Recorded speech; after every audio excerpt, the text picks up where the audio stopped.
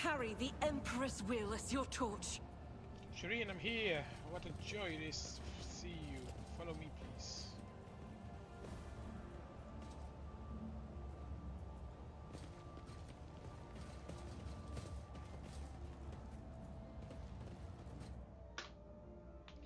The little voices are whispering that there is trouble waiting up ahead, and if you don't take things down a notch, you could be caught with a trousers down, figuratively or literally. I'm not sure.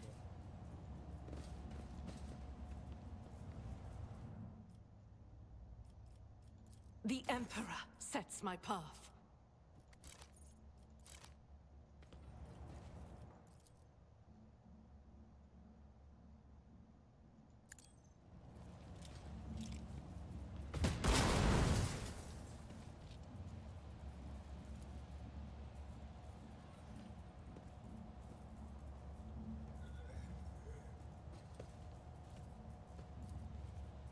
I'll do it.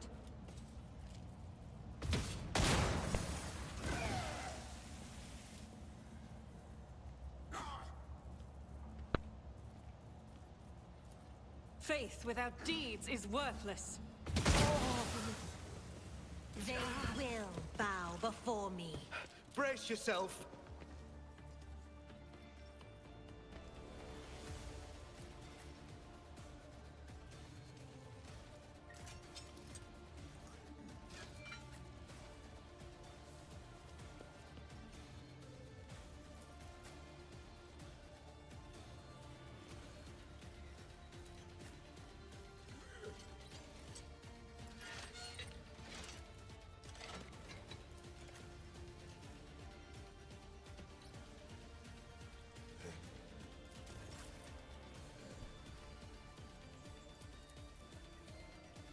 If I may. It will be done. Grey hair, sure hand. I will do my duty.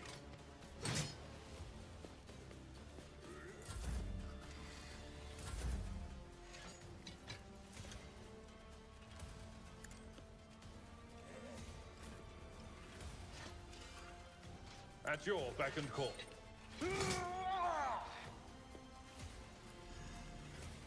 It will be done.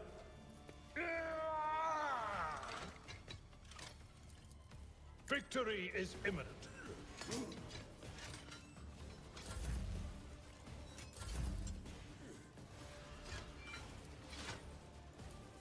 Me? If you insist, Lord Captain.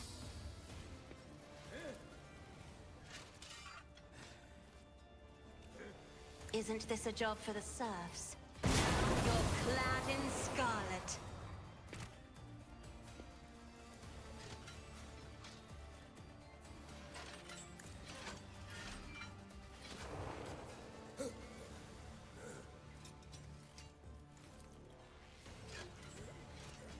I'm not accustomed to being ordered around. Me? If you insist, Lord Captain. I'll do it. As the Emperor commands, I act.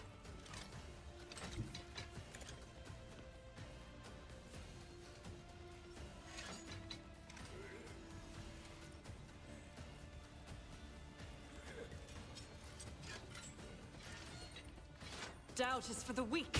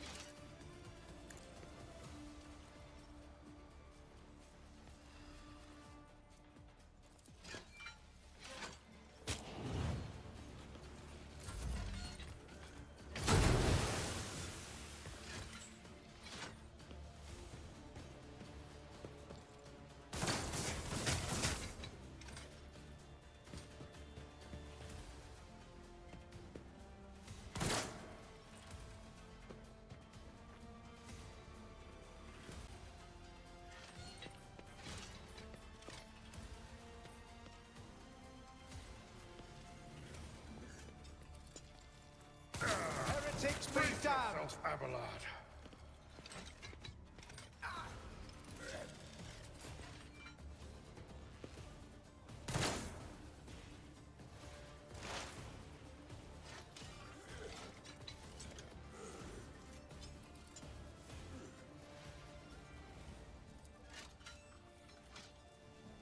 Request approved. As the tactical imperative dictates. The Omnissiah condemns you.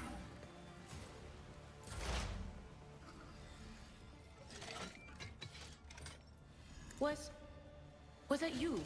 Or...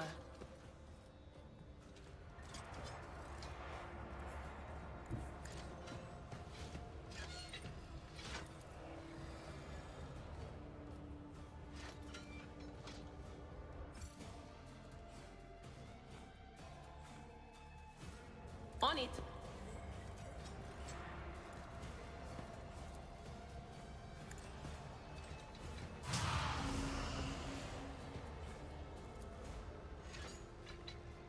Will do.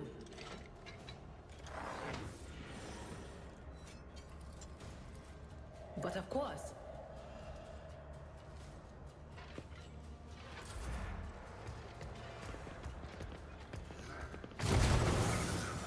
Is a reward.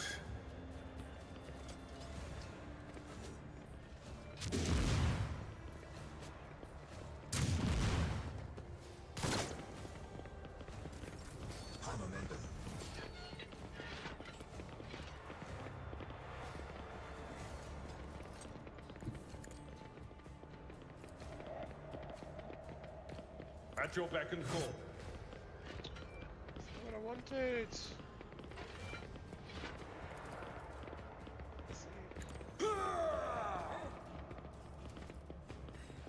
Indeed.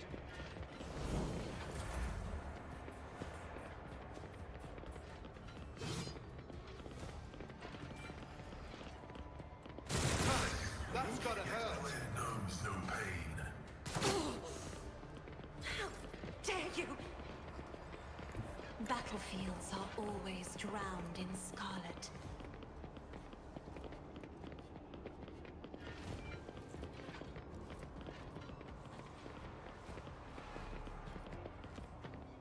I am a knight. Duty demands.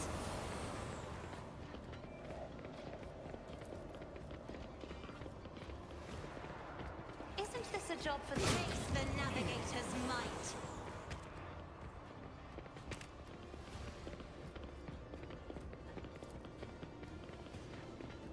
Do not dare ask.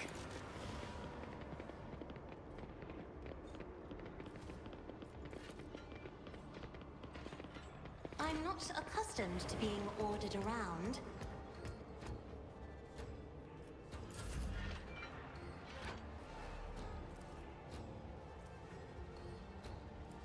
As the Emperor commands, I act. Guided by faith.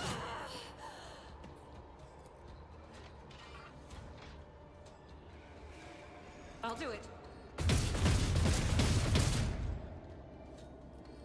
Power resides in the will of the righteous. As the Emperor commands, I act. I'll do it. Doubt is for the weak. You, my Emperor. Faith without deeds is worthless.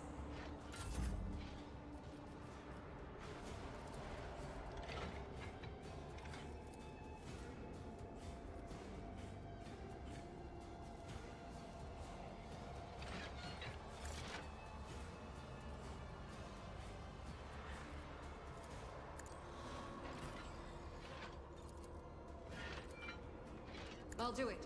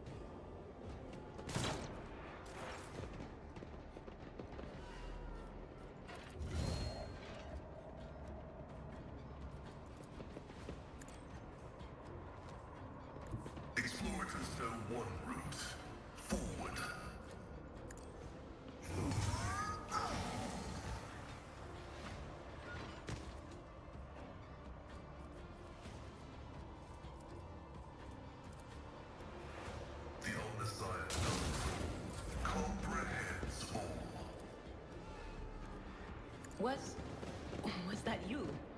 Or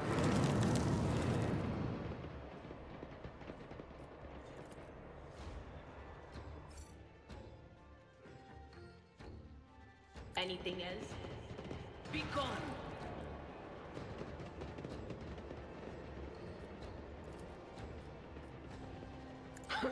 The whispers must be appeased.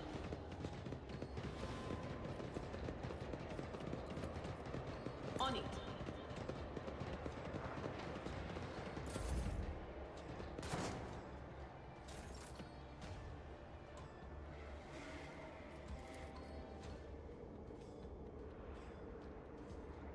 A tactically sound approach. At your beck and call. An exemplary strike. It will be done.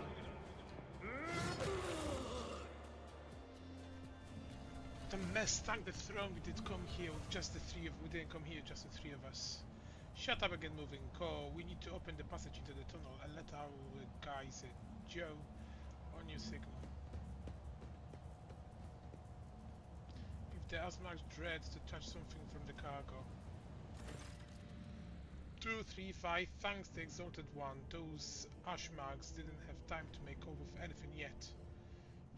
J carefully inspects the container emblazoned with marking from some unknown freight operator, then smiles and touches the com bead in her ear. Give me 2 minutes, Shireen. I'll send the coordinates to my loyal crew who will deliver my property somewhere safe. And done. Jay removes her hand from her ear and turns to you. We are good. Now, how about we relocate to a more pleasant and private space to discuss the detail of our deal, specifically payment for your efforts.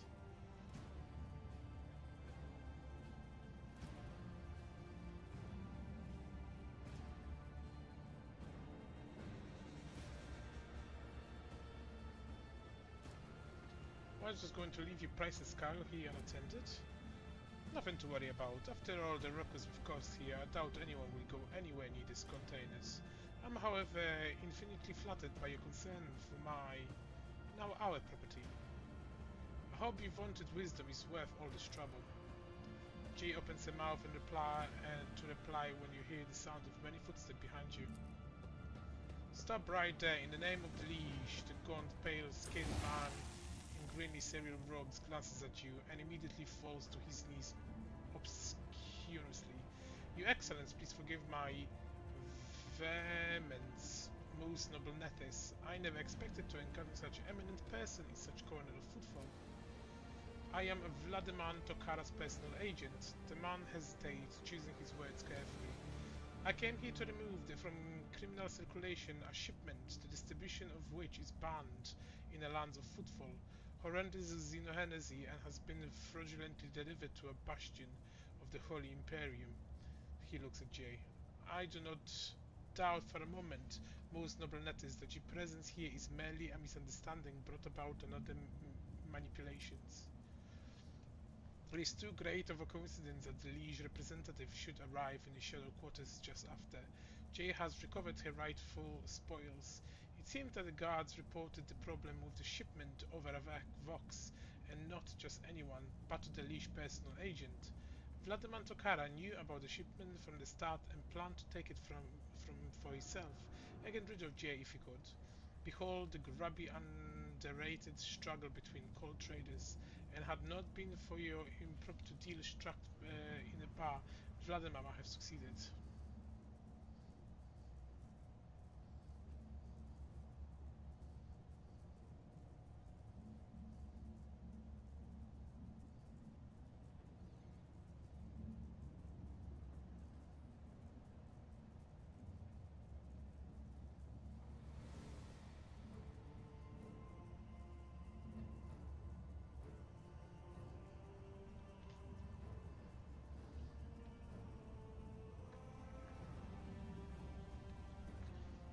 We don't actually know what it is. So he's saying Xenos. But is it?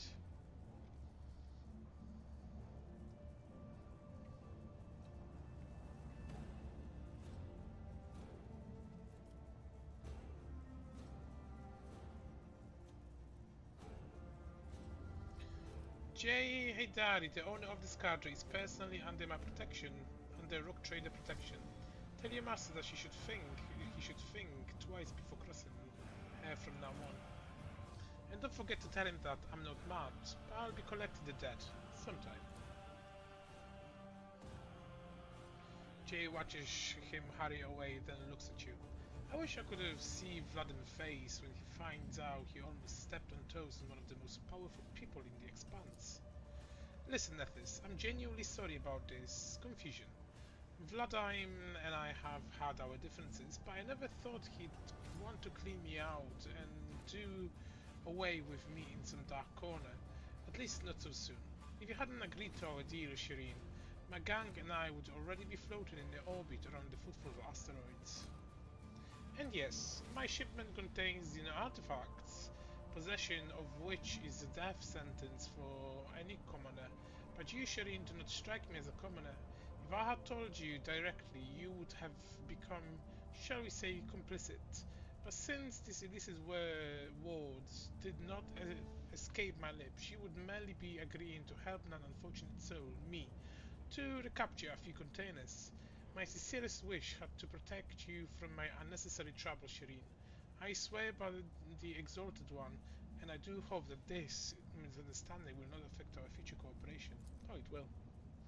This statement is true with the exception that you yourself are an educated laywoman, and a thief who ought to stay away from the technological perversities of non-humans. I'm now requesting your preventive disposal. Uneducated? Me? I held things in my hands that you cog for brains can only dream of in your oil-soaked data fantasies. Stop hiding behind piety and law. You're simply defending your clique monopoly on anything and everything of interest and monetary value.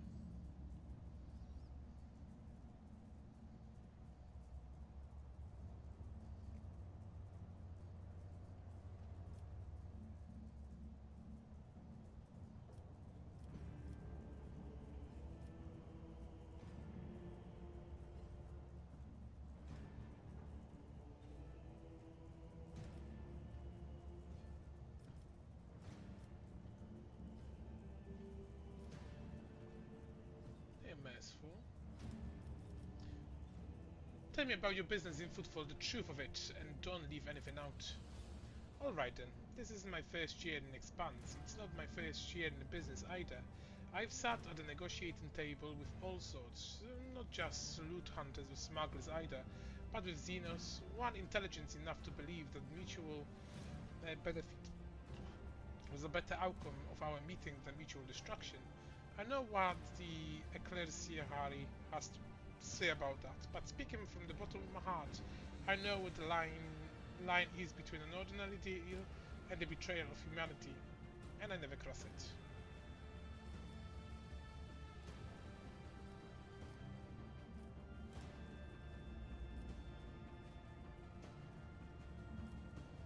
Your words are full of heresy, and you are simple, repulsive. Well, what can I say, Shireen? This isn't the first time someone said that about me. Don't think I'll be the last time either, but it doesn't matter what we think of each other. What matters is, can we come to an agreement? Sorry. J. Haydari, for betraying the Imperium, I, Nethys Valentius, hereby sentence you to death. Damage is negligible.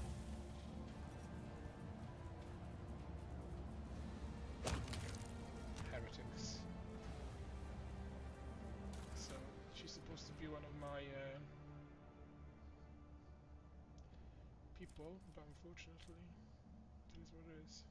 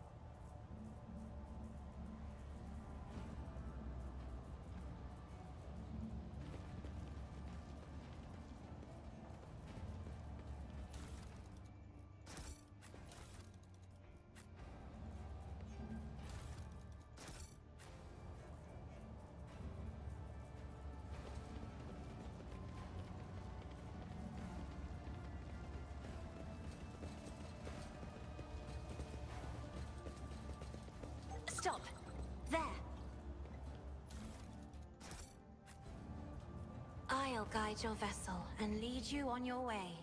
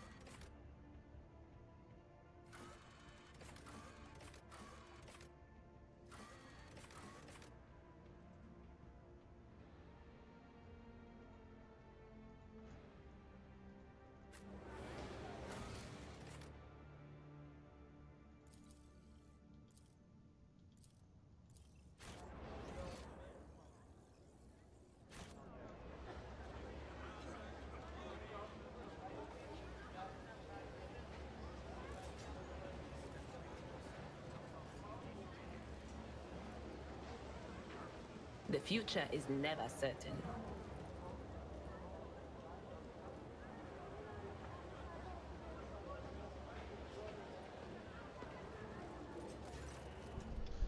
A familiar figure turns to you. Henrik von Kolox, interrogator of the Ordo Xenos. Bow his head respectively. Lord Captain. Honored interrogator, what a surprise. Did you perchance leave something in your cabin? Not at all, First Officer wears serene. I'm not in the habit of leaving a trail, but I thank you for your concern. Greetings, interrogator. To what do I owe a pleasure of your latest visit? Only to our mutual duty to humanity. Is that duty that demands that I disturb your peace once more? I was able to contact my mentor and report the tragic event that transpired on Rikon Minus. I also received some information from my agent regarding the movements and actions of enemies of humanity, including the Xenos that we are assuming were involved in the theft of the star. According to the findings, the threat now hangs over other worlds, this time yours, Lord Captain. Henry clears his throat and begins a pointlessly official tone. By the order of Lord Inquisitor Xavier Calzazar, whose duty is to stand sentinel of the Coroner's Expanse, the rock trader of Von Valencius is to take on board the agent of the Most Holy Inquisition and provide escort to support in deeds great and small that serve to safeguard the territories of the Imperium against its enemies. This decree effective immediately upon announcement and remains in effect until decided otherwise by His Excellency Kalkazar. Idra whispers is barely audible. All I got from it is that ridding ourselves of his snitch won't be easy.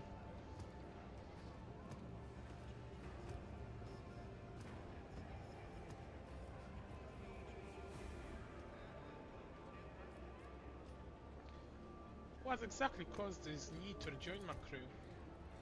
The cause is the activity of humanity enemies, including the cult of the Final Dawn. In my absence, the situation in the Coroner's Expanse has changed. I have received an exhaustive report from my agents. This heresy has taken root in the region where the Von Valencius words lie. You probably already know about the fate of the industrial world of Kivagama. If not, then I will share what details I know, but not more. Better to talk on board, where we will not be overheard.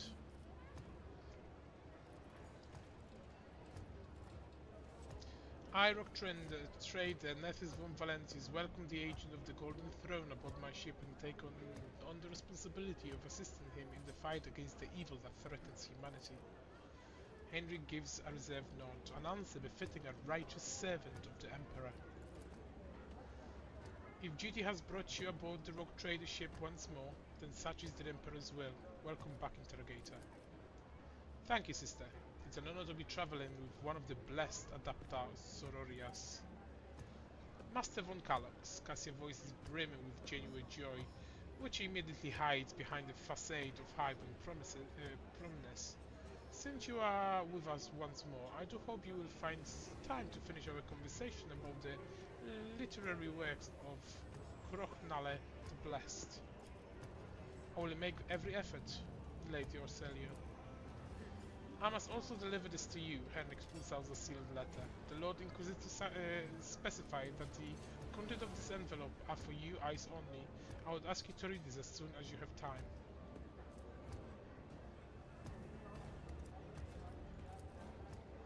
This is everything for the time being. Are you headed to the ship? Or do you still have business on footfall? Whatever the case, I can either wait for you on board or accompany you as part of the retinue. Bye-bye. Hello? Let's go back to the ship.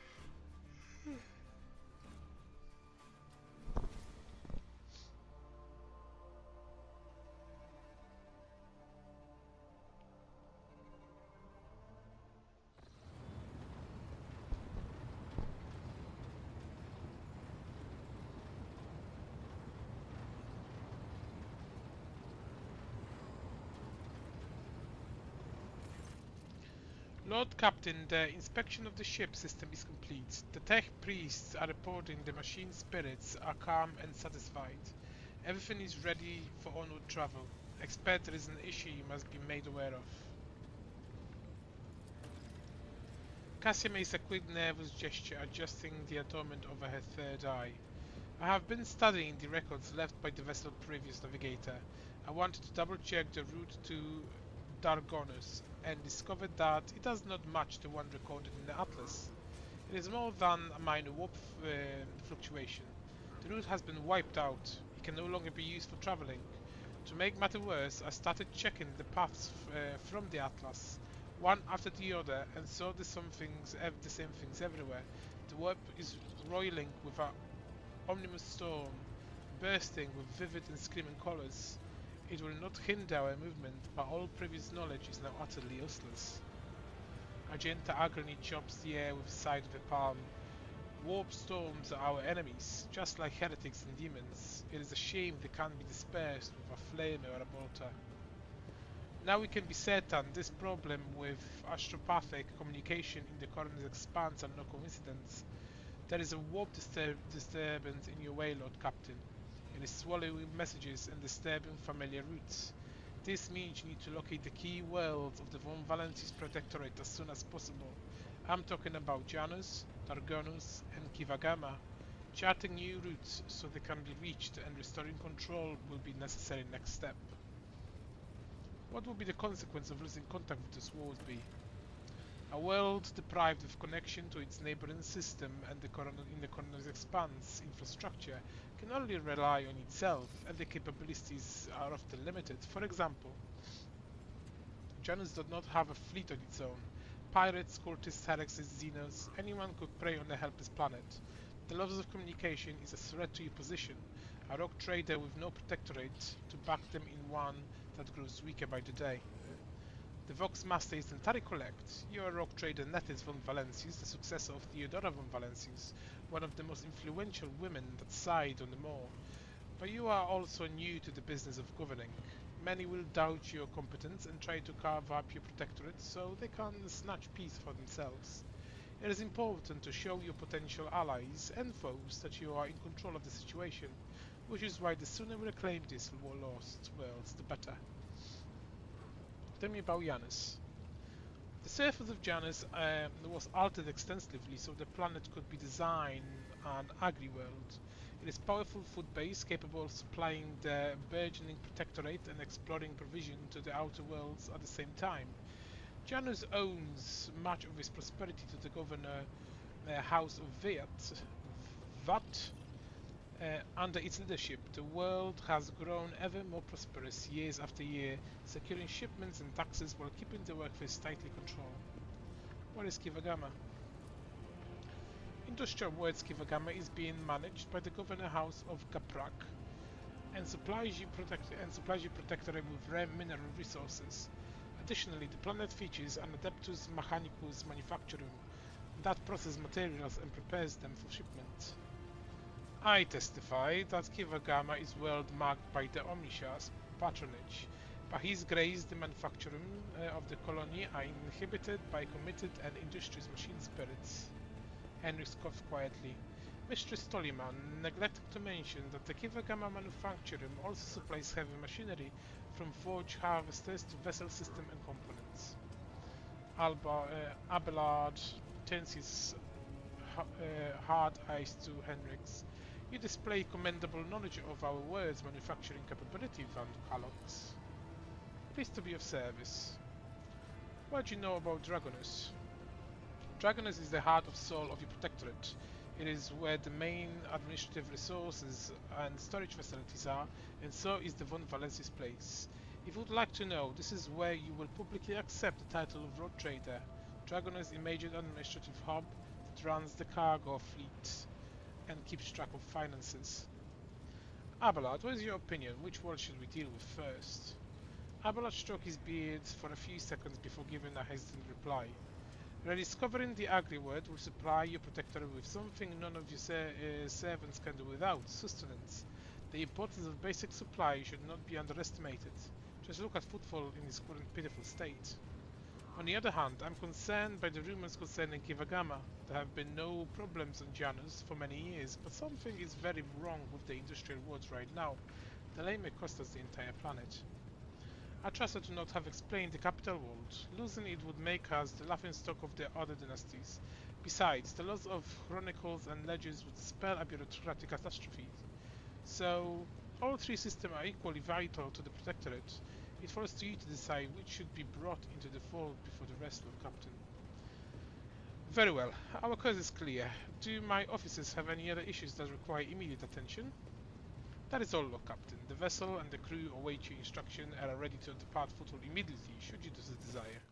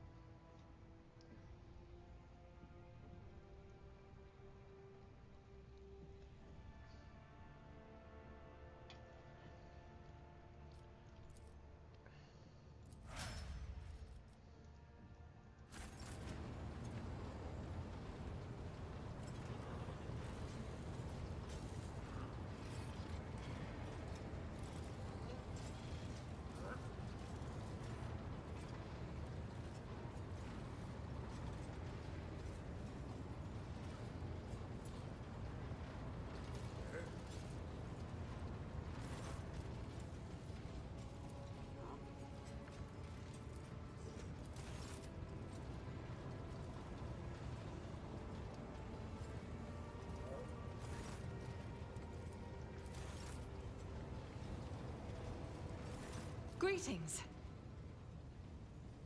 I'm waiting for you to tell me about your past and explain the strange world of the words of the cultists of Footfall. Yes, I'm ready.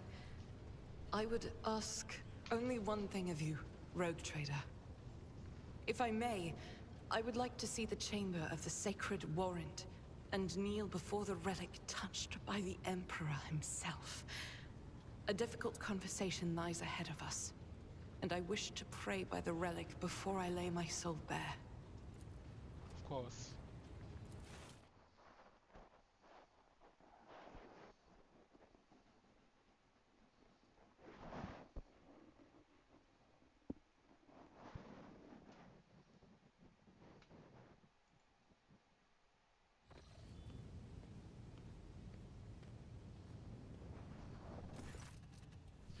Argenta drops to her knees, her hands make the sign of the Aquila, her eyes are locked on a sweeping signature of the warrant, a seemingly mundane thing, merely a flourish on a piece of paper, unless one knows whose hand left that mark and whose blood is on that paper.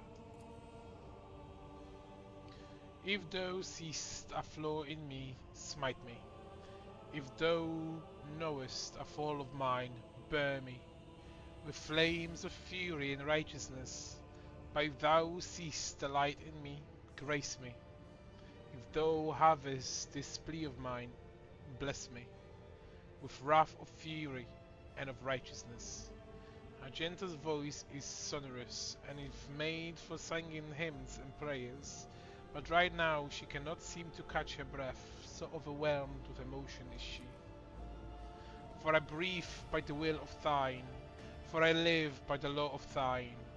I carry thy word, O Emperor.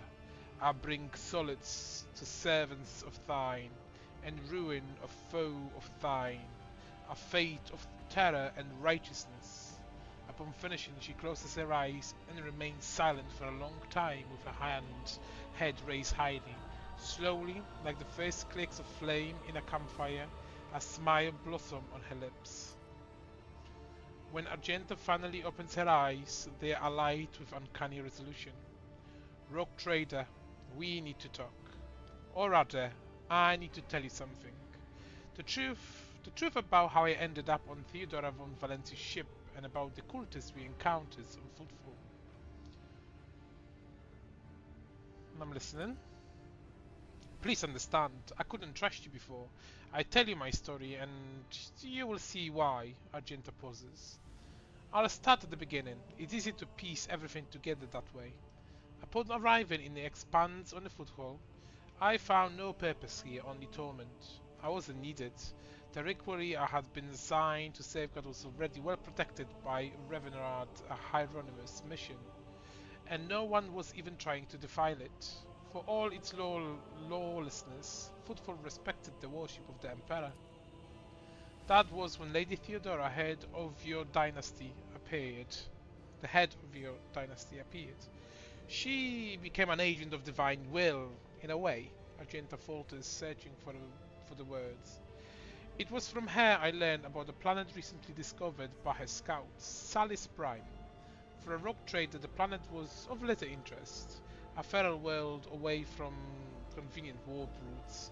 But for me, learning about its existence was a revelation.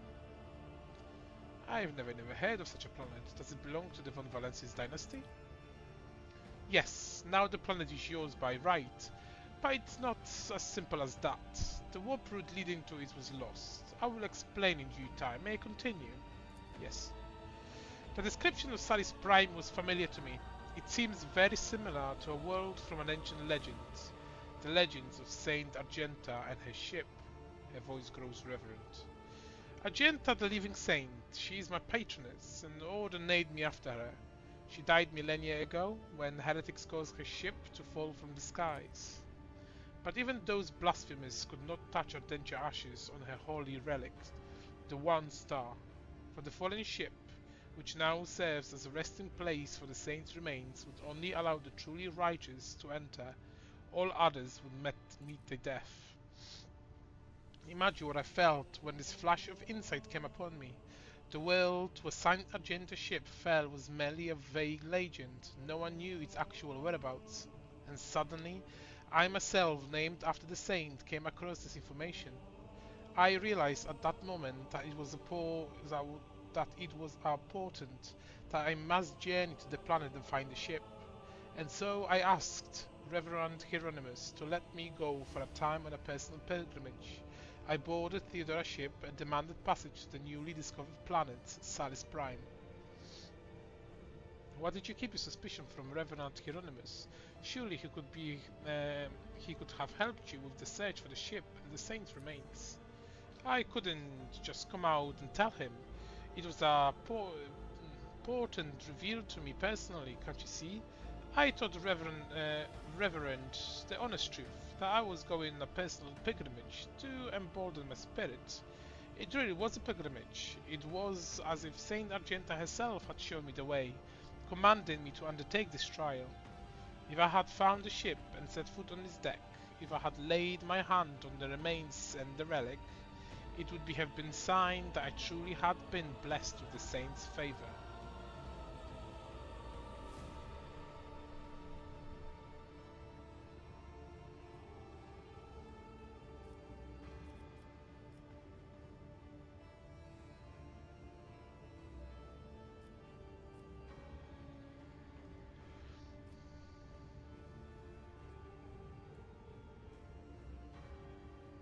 That was irresponsible of you. If you have gotten yourself killed on the planet, no one would have learned about his existence and the holy relic would have been lost. Holy relic cannot be truly lost, Argenta says stubbornly. When the time is right, they reveal themselves to the worthy. But I always accept this reproach and try my best to think on it. I imagine Theodora was thrilled with the prospect. Lady Theodora lent her assistance. It was her intention to visit the newly discovered world, and she took me with her. You mentioned something called the One Star. What is it? Apologies, I got so carried away I forgot to explain. The One Star is the relic kept by Saint Argenta. It belonged to the order Pronatus, and we attach particular significance to holy relics. The One Star is one of the lost relics of the past, so mysterious that no one even knows what it is exactly. Argenta's hagiography at times calls its banner, or said no armor, or a blessed chainsword. One thing is certain, he was a beacon of righteousness and he was lost with Argenta's death. What happened next then? Defeat, Argenta says bitterly. The ship's Augurus failed to detect anything of note during orbital scanning. I was expecting this though. According to the legend, the ship can't conceal itself from the naked eye, and only a pilgrim guided by the pure heart can find it. What I didn't expect was an ambush waiting for us on the planet. I landed there with my small unit provided by Theodora. I know Saint Argenta Hagiography by heart. I know all the legends about her.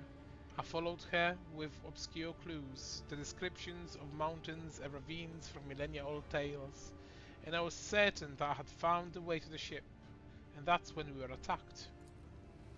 The words we heard in the heretic shrine on footfall, something about ways, doors, please dressed some lords of edge of daybreak. Argenta is shaking with disgust. They were the same words as those spoken by the cultists who attacked us on Salis Prime. My whole unit perished, and all those honest, brave people I had led to search for the relic, it was only by a miracle that I didn't perish along with them. I didn't connect these events at first. The cultists of Foothold, the cultists on Salis Prime, the cultists attacking the ship, and Kunrad's betrayal. What if there is a link in the same chain? What if they've long since infiltrated the ranks of the Von Valenci servants? What if I led those heretics to the sacred planet with my search?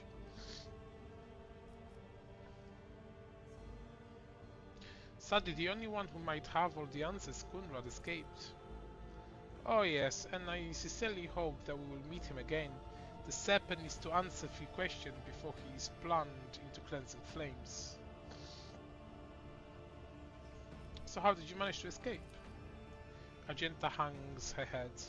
Theodora's people received a distress call, came to rescue me and brought me aboard the ship. I barely remember what happened. When they arrived I was already severely wounded, fighting back with whatever remained of my strength. I think I shouted that we had to go after them, but they didn't listen. They took me to the shuttle and pulled out. After that, it's all blackness. When I came to, we were already in the middle of the warp jump. Theodora had urgent matters to take care of, and she decided that she could clear out planet at later time. And why did you trust me before? Yes, Rock Trader. Argenta looks you in the eyes. I saw with my own eyes how a member of your family showed his true colors as a servant of the archenemy. I had already suffered a humiliating defeat at the hands of the cultists and was afraid of another betrayal. I couldn't be forthright with you, and so I studied you, looking for seeds of corruption, or the light of righteousness. And what did you find? A man who stood shoulder to shoulder with me and helped eradicate the cultists at Footfall. Argenta smiles as if reminiscing about the pleasant evenings spent in the company of friends rather than a bloody battle. Although my opinion of you started to change even before then, back when you agreed to talk to the orphans at my request.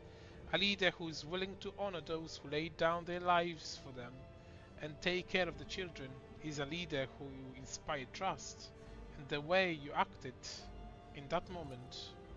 Do you remember? There was a young man whose grief and confusion had driven him to insolence.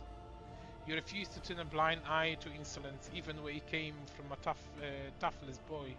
This is a sign of a firm leader, Rock Trader, one who doesn't tolerate weakness. The Imperium needs people like you.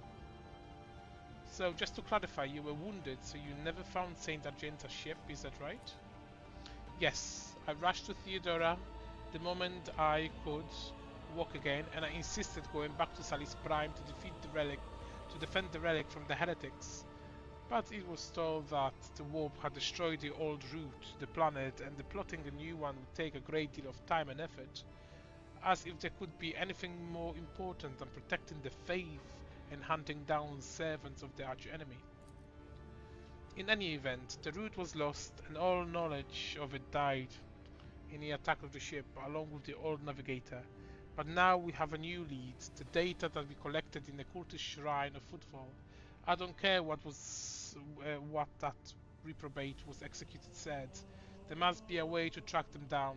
Tell me, Rogue Trader, will you help me in this undertaking? Will you help me to find the great relic and return it to the people of the Imperium?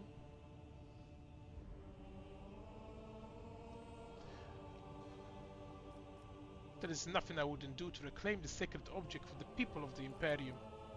Argenta walks up and places a hand on the shoulder. So be it, Rogue Trader. As I stand here before the warrant, the embodiment of the Emperor's will mark his own hand.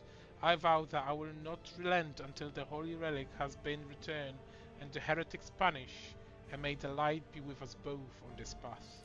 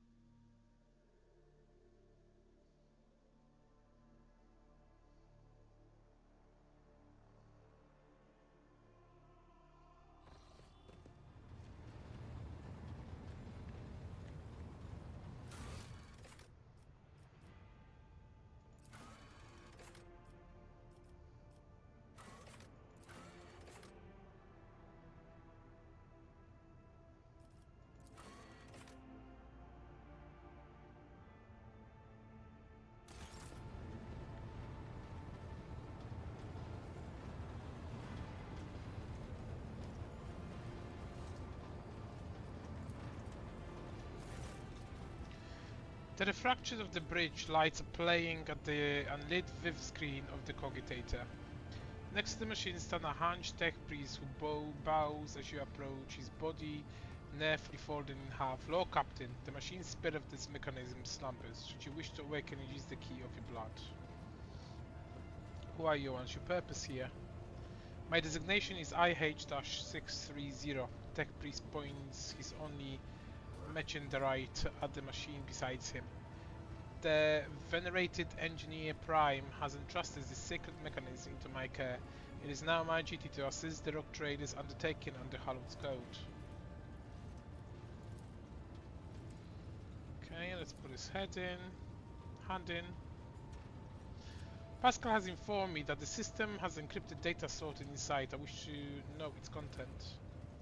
Without another word, the tech priest turns to the cogitator. He raises his hands and a prayer of being hard-code purpose out of his Vox device.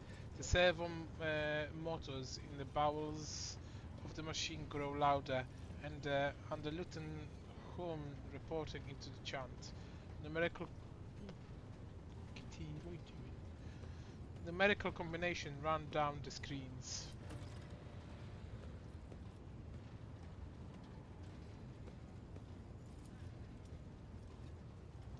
The machine spirit has discovered numerous critical errors.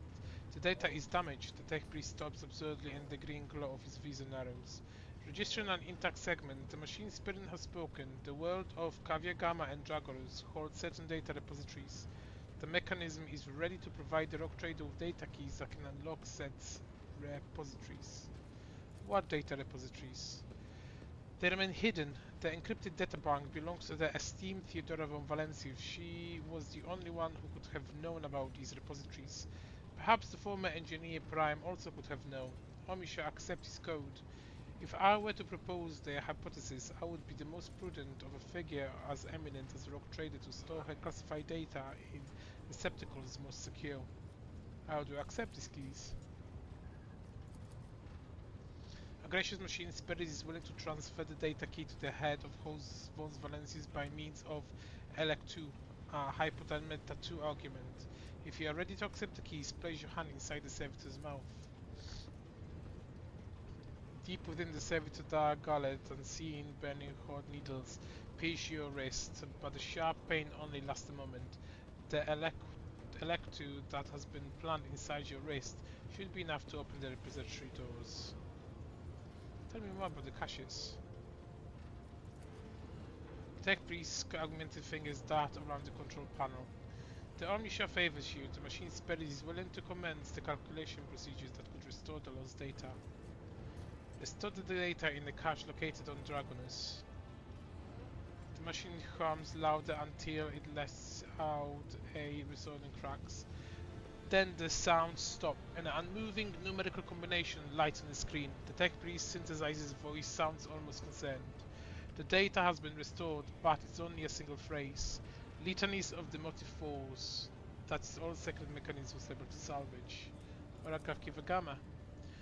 The servo motors within the cogitator pick up the pace, the heavy thrum growing louder. The machine clicks abrasively for several minutes until eventually a numerical code appears on the screen. The tech priest turns to you. Blessed are the Omniscia deeds. The repository on Kivagama has a security system guarding it. The machine spirit has recovered a code that will allow you to disable the defenses. Have the tech priest of the Adaptus Mechanicus been able to discern how the ship was able to start a warp engine?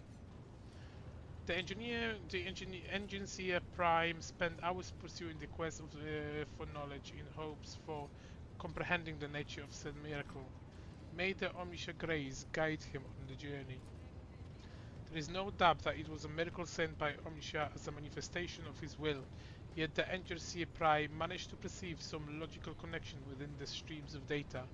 I am not privy to this connection, but the engineer Prime will surely share this newly discovered knowledge with you in a detailed report. Okay.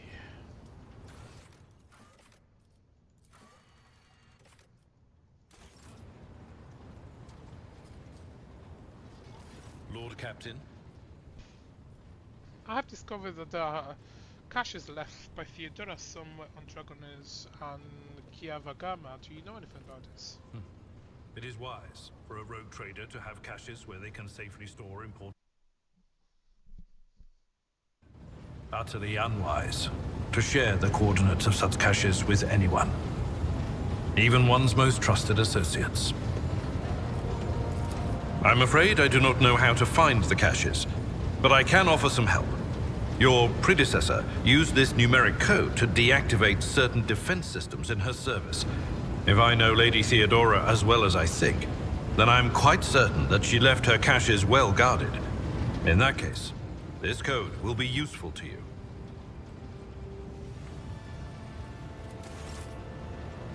Lord Captain. Lord Captain.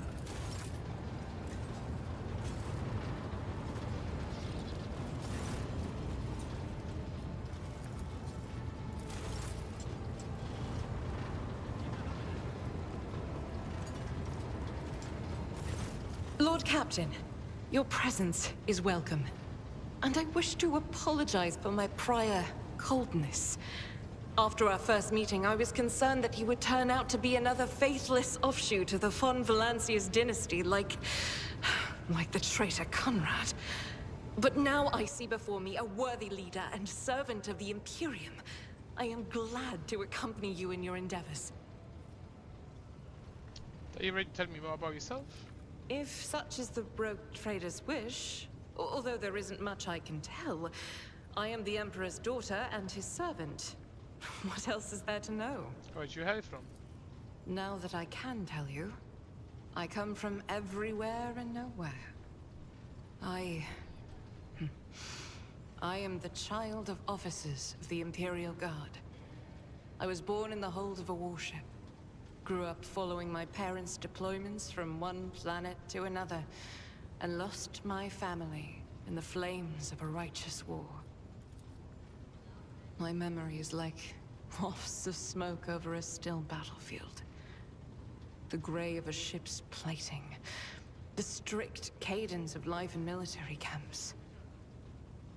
My mother's uniform. I loved looking at it. Then, that battle. The rumbling, the shouting. and the soot. The screams of soldiers burning alive. And the gold of the regiment's Aquila. Untouched by soot or blood. The last unsullied piece of a world that was going mad. That was my last memory of my mother, and of my former life. Before the Schola Progenium and the novitiate. Before my trials. Before the vows. The golden shard you carry with you. My own relic. It's the regiment's Aquila. Or rather, the fragment that survived the attack, the explosions, and the fire. For me, it's a reminder that purity and radiance can be preserved, even in the heart of darkness.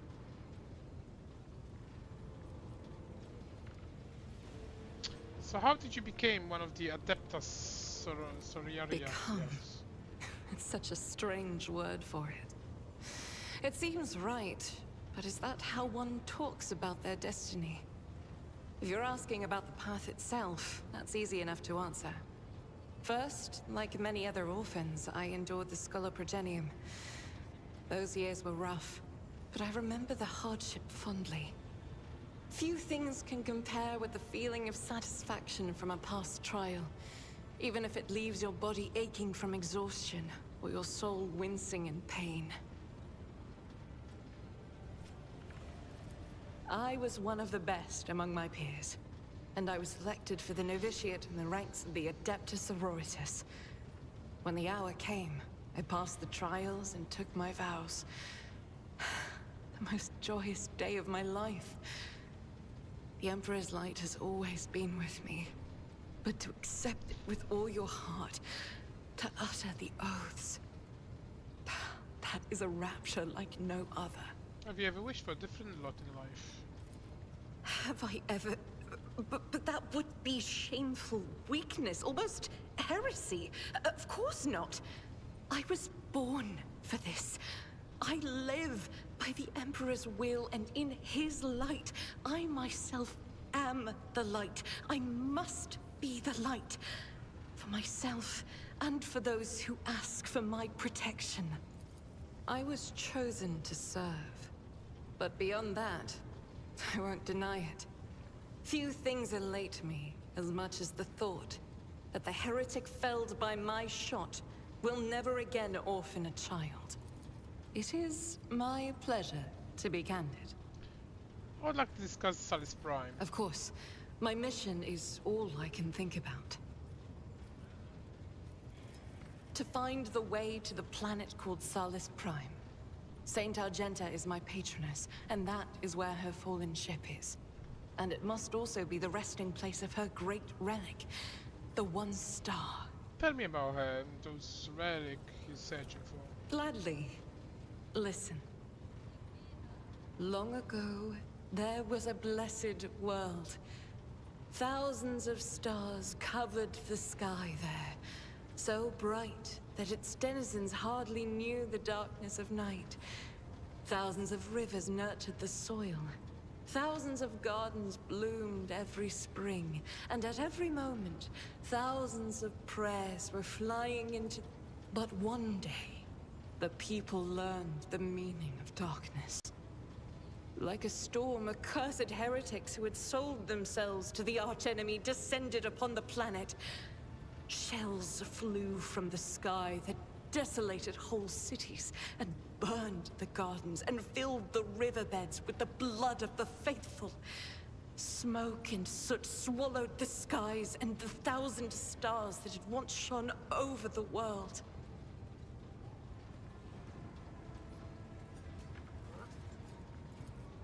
Among the handful of survivors was one orphan who had watched all her family die, and the garden she'd grown up in burned to ash. But in her heart, she knew the absolute truth. Just these 3 words. The Emperor protects. And knowing that, she never looked away from the black, terrifying, smoke-covered sky. There were no more bright stars to be seen. Except for one.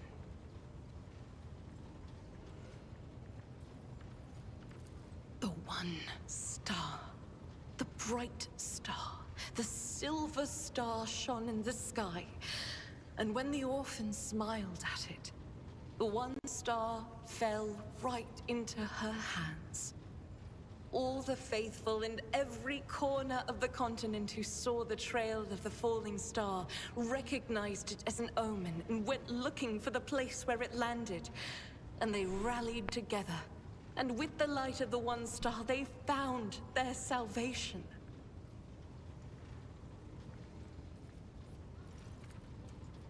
Yes, that was the beginning of her hagiography. It is known that she lived on a world where heretics staged a terrible insurrection. They wiped out all life on the planet, except those whom Saint Argenta managed to save with the one star, and with the strength of her faith.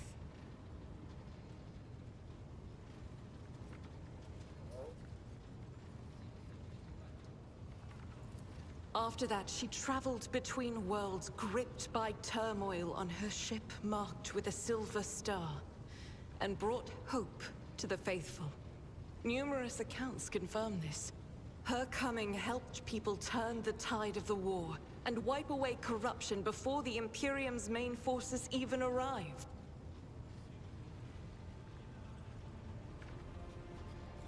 Millions of people owed their lives to her. But the heretics, having realized their imminent defeat, sent the remnants of their forces after the ship with the Silver Star. It fell from the skies onto an obscure world, to find the way to the planet called Salus Prime. Saint Argenta is my patroness, and that is where her fallen ship is. And it must also be the resting place of her great relic, the One Star.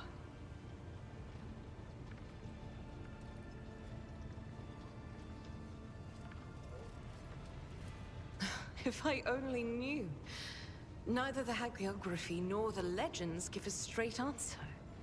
Classical iconographers believed that the star turned into a banner woven from silver thread, which, when brought onto the battlefield, would shed light that blinded only heretics, but did no harm to the faithful. Most of them portrayed Saint Argenta as a girl carrying this banner. Others think that upon falling from the sky, the One Star became a holy chainsword, which Argenta later used to strike down monsters and enemies of the Imperium. In some of the earlier engravings, Argenta is depicted wearing power armor with a silver star on her chest. One theological theory suggests that this armor was, in fact, the relic. Some even think that the One Star is actually the ship on which Argenta traveled.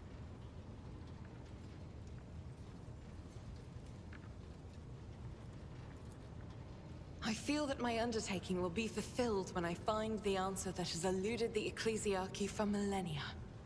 I pray we find the way to Salus Prime soon.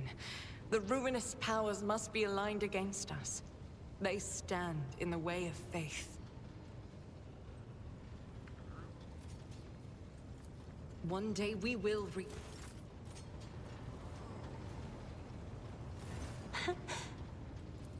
I have enjoyed your...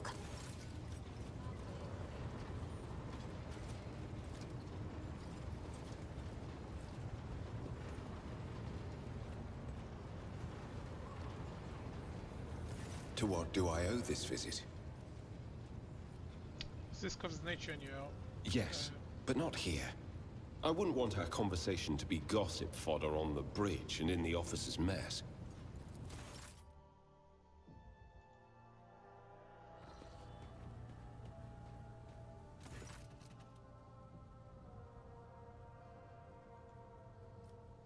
Thank you for finding the opportunity to talk. I trust now would be a good time to explain the reason for my return aboard the ship. I welcome the chance to assist the Inquisitor with the inquiries, Van Calox. Lord Captain, your enthusiasm is commendable. The interrogator smiled, but his eyes remained cold. To business then. The cult of the Final Dawn. The madmen preach the heretical doctrine among the dozens of the Coroner's Expanse and instigate crimes against the throne and humanity. One such crime took place in your protectorate. The Lord Inquisitor considered it necessary to have one of his acolytes accompany the rock trader on a voyage into the corrupted region. I'll also need to meet with one of my observers on the capital world of your domain. Why would Order Xenos agents investigate a chaos cult? You're well versed in how the Inquisition is organized, Nethys. Yes, initially our arrival in the Coronus Expanse was dedicated by the need to fight Xenos. But there is more. The cult is tangentially related to main specialization. Perhaps I will be able to reveal the full truth someday, but right now I ask you to display humanity and patience. A chaos cult in my protectorate. Hendrix, are you lying or lying accusation against my dynasty? Chaos trades softly, Nethys. The main danger of secret cults and sects is that they are like seeds. They can remain in the ground for decades, safe from all security, until an opportunity to sprout, grow, and bear monstrous fruit presents itself. The emergence of the cult on one of the Rogue Traders' planets does not mean the dynasty head himself is a Chaos worshipper. Having said that, it should be noted that Theodora von Valancius was famous for her loose interpretation of the freedoms granted by the warrant. Hendrix Regents regards you with a probing look. Our bloodline can be stained by the ancestral transgressions. If it is indeed so, it is in your best interest to do whatever necessary to redeem yourself, and then, perhaps, you will get a chance to salvage your dynasty reputation. The Lord Inquisition mentioned in his letter that he is willing to show lenience toward my actions that would otherwise be interpreted as radical. Hendrix nods. This is correct. I should show the greatest tolerance for the mistakes of the newly appointed rock trader. To be frank, I am surprised the Lord Inquisitor is not the type of indulging the weakness of soul and mind, even in someone who only recently accepted the burden of lofty title. You have spies in von Valancius' worlds?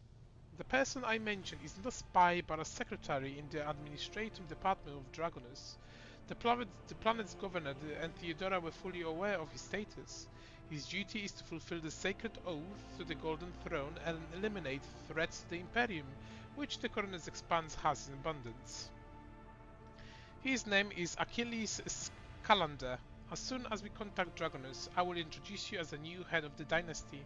I'm sure you will appreciate the presence of such an advisor among your subjects, and I suggest you heed his word at least occasionally. Tell me more about the cult. Chaos worshippers, most often agents of the throne, ran into low renegades stirring up the rubble. Insane prophets and hysteric visionaries preaching the end of the days, a passing comet, a mutant rebellion, and slaughter of monsters. Each time they come up with a new reason the people should prostrate themselves to quiver in fear. Much effort and the blood of those loyal to the Golden Throne was spent before they established the connection between these heretics. However, the cult of the Final Dawn is something greater than the gaggle of misguided seers and fortune-tellers. They cleverly spread their agent all over the Coronus Expanse, dismantling heresy among honest people, disseminating heresy amongst honest people of the Imperial words. There is a sinister tragedy to their actions that changes whatsoever we go too close. And finally, they have enough military power to have had the 2 ships that we had sent after them later discovered in wreckage. The growing difficulty in making warp jumps is detrimental to us, but it's unlikely to inconvenience those who engage in vile sorcery day in day out, Henrik sighs. After the events of Rikon Miners, I suspect the cult might have been built its nest inside Winterscale domain, but the latest reports indicate it is in your protectorate that is harboring heretics. Being in your entourage improves my chances of getting closer to the secrets. I've already agreed to give you a place on board my ship. What else? The rock trader should deliver me to the system that contains the industrial words of Giavagama. I will then accompany you to the surface and determine what the cult is planning and how to intest to use the resources that have fallen into the clutches, which may very well include the blessed engine of the Adeptus Mechanicus and even the followers of the Omniscia themselves. I'll be frank. The answer to this question is unlikely to please either of us. The machinations of chaos usually go beyond solely influencing countless deaths and destruction. Having the plans come to fruition would lead to far more terrible consequences. One of the systems in Corona's Expanse is already lost. May the Emperor protect us from watching this strategy play out again. When did your suspicion fall of Kievagama? Disjoint pieces of data that finally merge into a single picture. Additionally, not long ago, a vessel from that world arrived on footfall. The reports from the crew were confused and alarming, making me fear planet-wide rebellion. We met a Chaos Space Marine on Rykard Miners. Do we risk running into his brothers?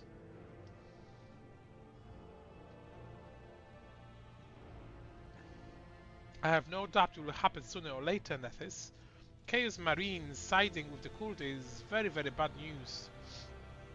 Most likely they kept away until recently, pulling the puppet string from the respectable distance. These traitors seldom show up alone. The best we can count on is having to deal with just a squad of Chaos Space Marines in the Corona's Expanse and not an entire company.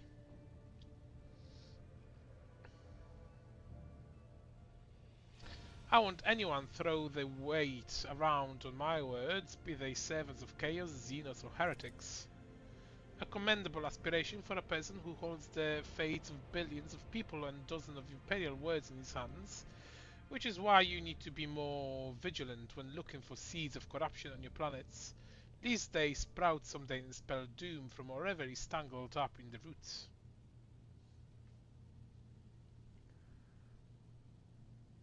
There is enough discussion about the arch-enemy servants. Tell me more about Drukhari, who stole the Raykard's son. Hendrix winces. The Drukhari... one of the branches of the Aldari, an ancient and vicious Xenos race. Those creatures are living terror to ordinary people who fell prey to their raids, for the simple reason that the victims are not killed outright but instead become their playthings. Just as you and I need air to survive, the Drukhari require psychic energy born from torment and pain, which they extract from the captive, which with unnecessary experience. The ships, which are difficult to mistake for any other, arrive suddenly and undetected. Their stealth technologies greatly surpass the capabilities of standard Imperium Ogre race. These objectives of the raids is never to capture a world or ship. No, they are only interested in fresh victims. After filling their holds with living captives, they disappear into the webway, a different dimension which conceals the greatest stronghold, Komorgach, the dark city of the Drukhari, from which none can hope to escape. Henrik studies your expression. I do not know why Drukhari stole Rykard's son and brought about the fulfillment of the cult's prophecies. Perhaps the Xenos themselves have played into the arch-enemy design, or perhaps our divination in fact described the Drukhari's action. There is only one thing I can say with absolute certainty: there is no alliance between the cult of the Final Dawn and the Xenos. It's simply impossible. Is there anything I need to know? Let me put it this way. You may think whatever you want of me, but my goal is not to hinder you. I'm here to help you in the fight against foes you may not even be aware of. You have my word that I will provide every assistance in uprooting the heresy that has sprouted in the Von Valenci's world while the Masters was away, and then I will try to be more patient with the less grievous flaws of the bearers of the warrant I sometimes know to have. Hendrix inclines his head. Thank you for spending some time, Lord Captain.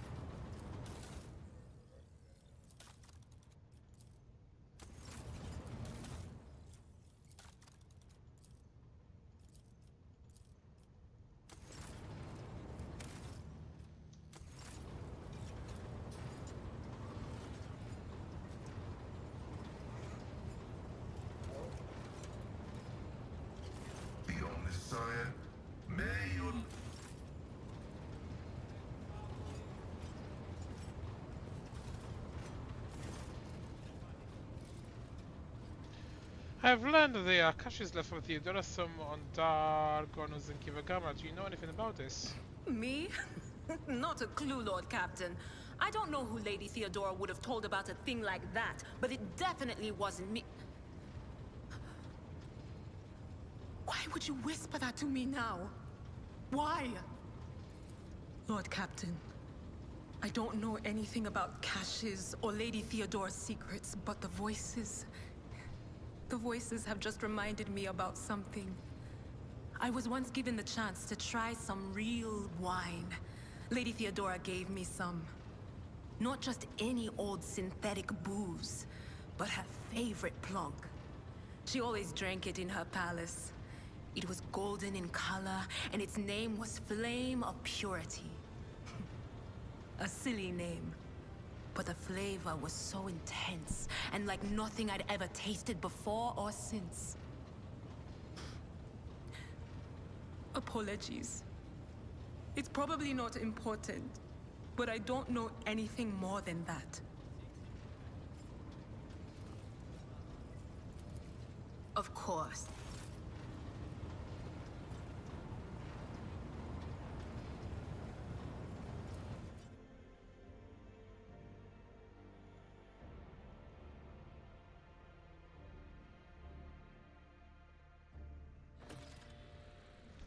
Lord Captain, we are once more within the reach of the Von Valensis Protectorate. Our utmost urgency in restoring communication with your planets and bestowing the wisdom of your decrees upon their stewards. Developing colonies, claiming new territories, and establishing trade links. All this is now your privilege and burden.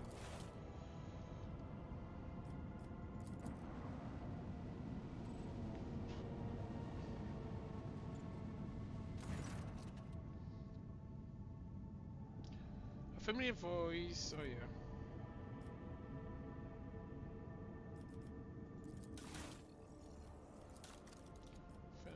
Nice.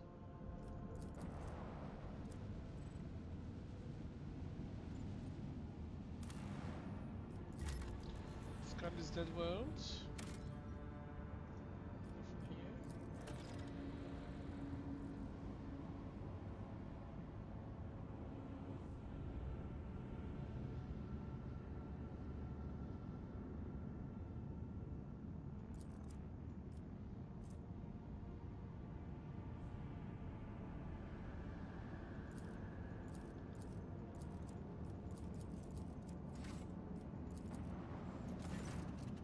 Log Captain, the station's airlock have been sealed from the inside works. Okay, so that's not accessible yet.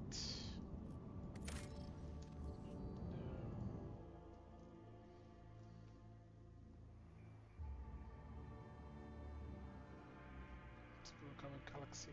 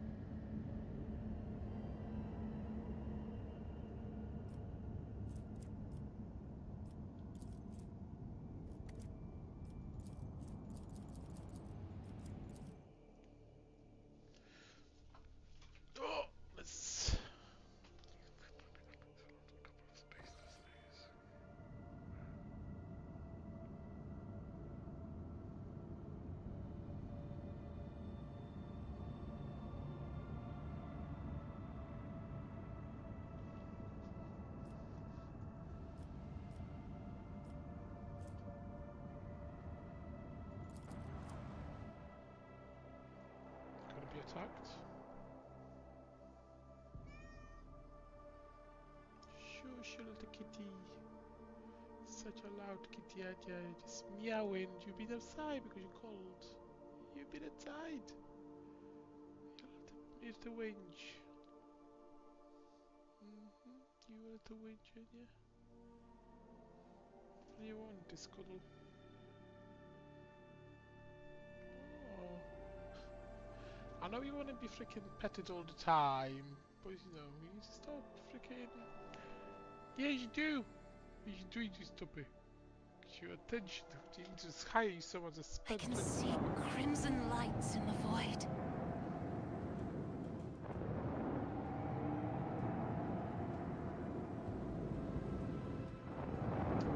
Three.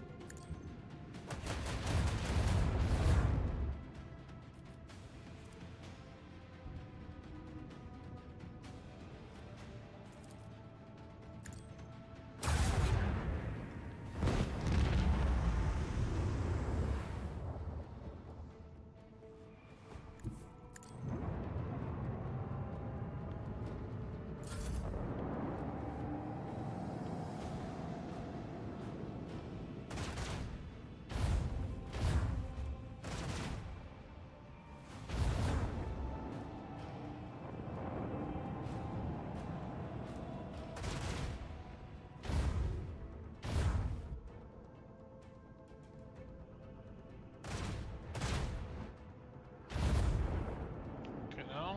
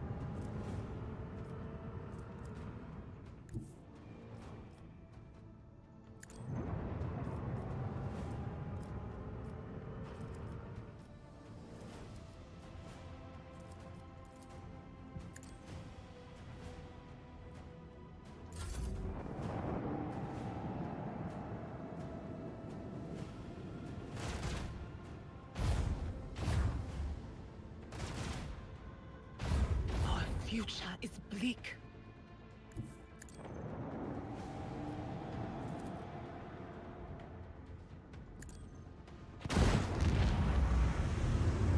A worthy contribution to Lady Theodora's legacy.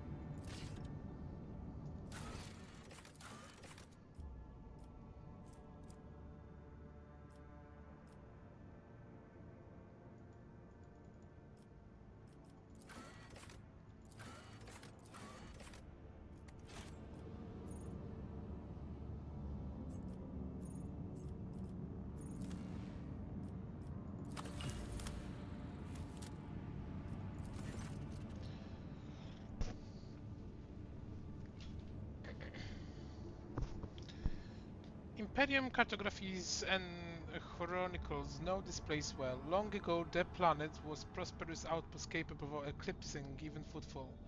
There used to be a Cyclopean tomb station on its orbit, the final resting place of Cornelius Soto, one of the discoverers of the Cornelius Expanse. The tomb gave its name to the entire system. However, about 400 years ago, an unknown cosmic body rammed into the station, causing it to collapse onto the planet.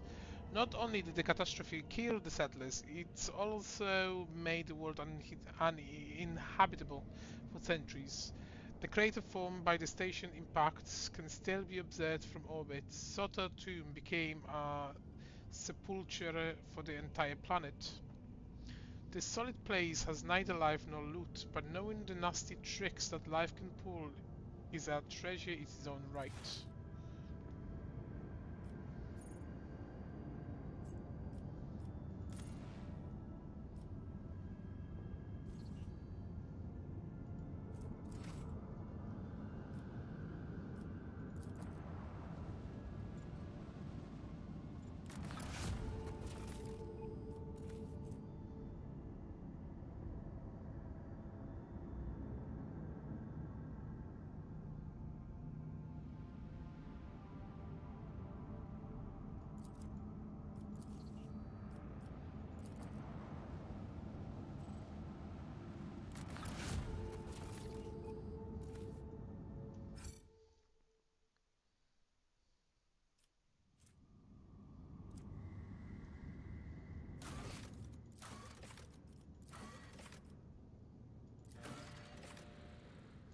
The Lord Inquisitor Carteza in Sevens have been buying up top quality playsteel at transporting into unknown location. While the nature of the Lord Inquisitor's service, grand scale manufacturing operation remain unknown, the names of those who are assisting him are utterly with great respect.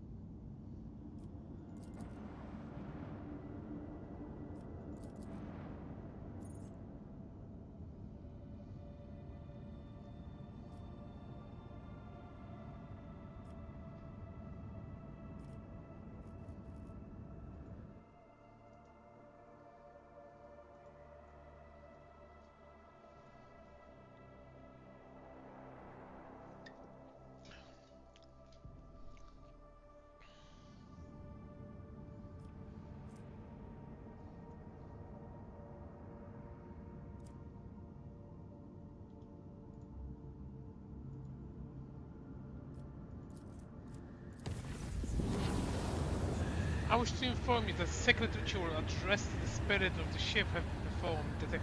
The technology of the rite of the machine blessing ended with the determinated in order to comprehend the nature of the miracle sent down by the Omisha.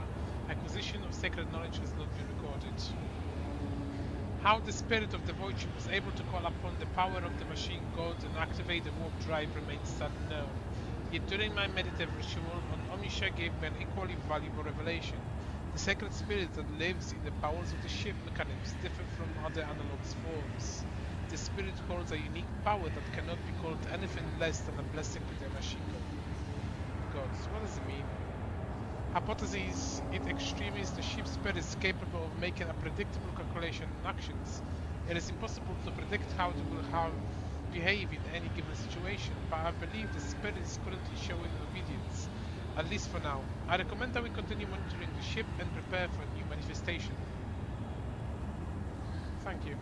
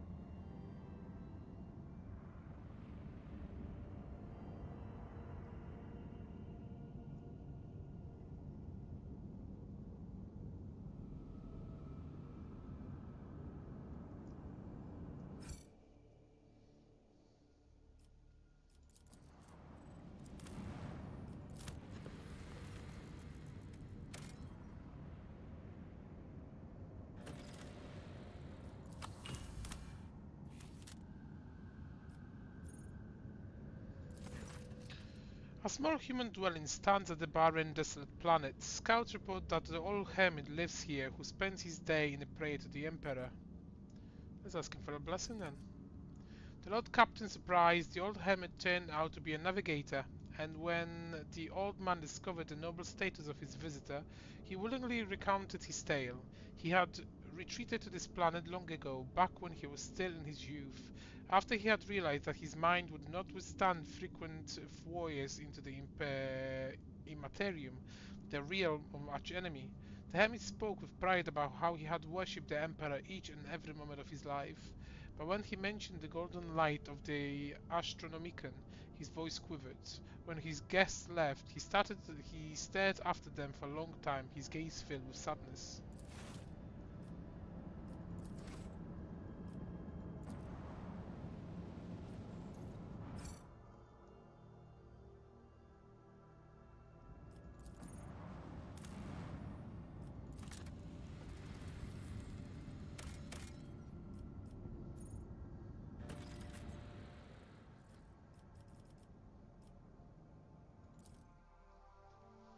Okay, let's have a look.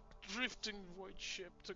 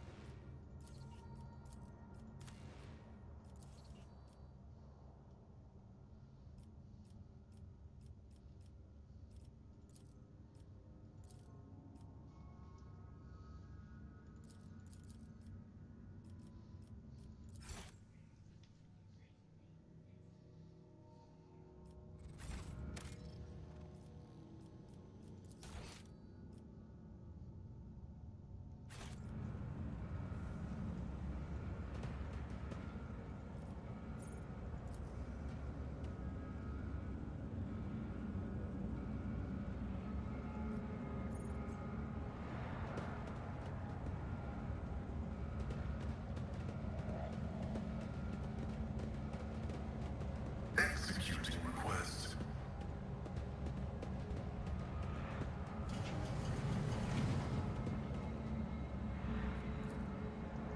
The storm turning bloody smear of the wall from the malevolent symbol. The blood seems to have penetrated deep into the metal.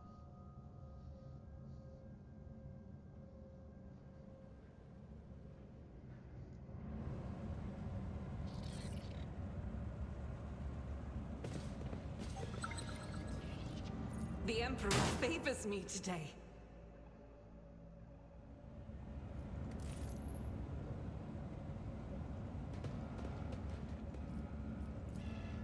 Operation successful.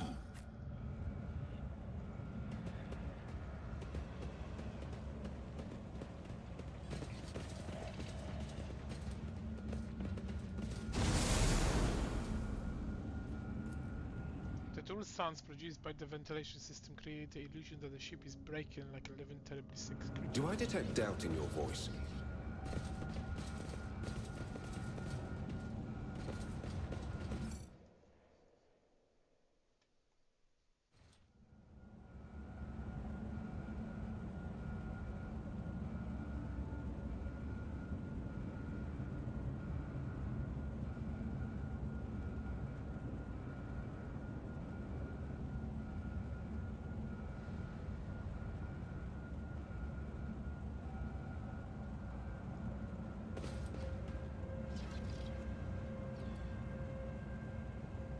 My mind is focused. Nothing escapes my sight.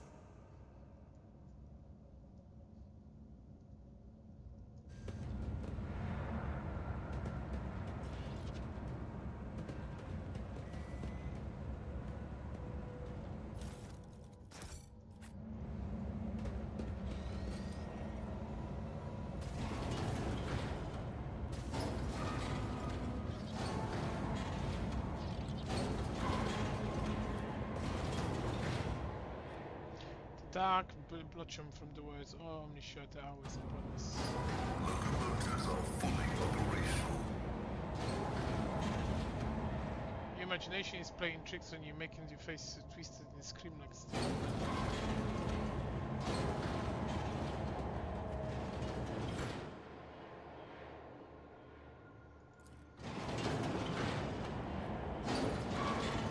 The machine gun grants me insight.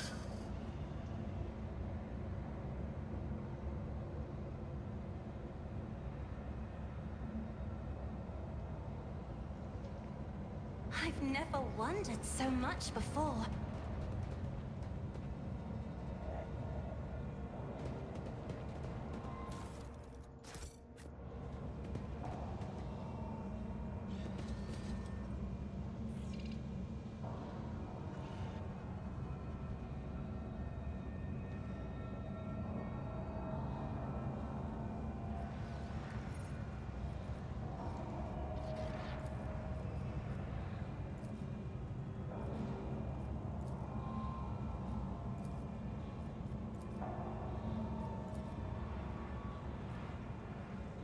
I'll take it from here.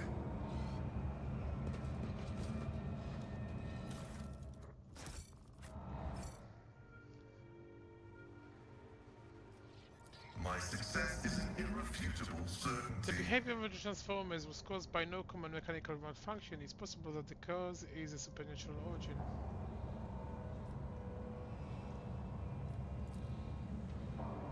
One of the many modules provide the power to the massive ship.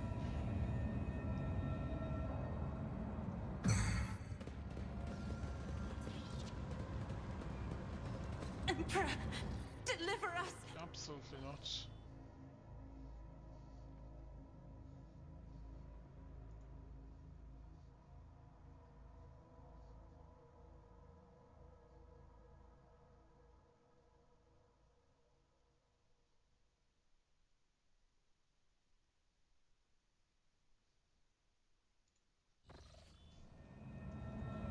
Suffering is part of the trial. No, it's not.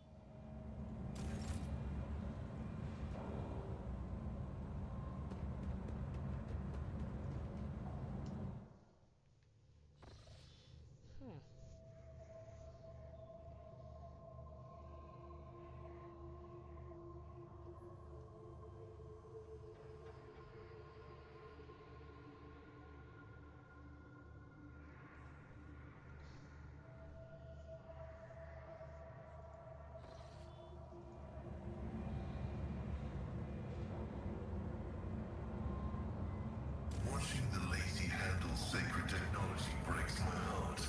Figuratively speaking. My cardiovascular... Honestly. Can't fucking move.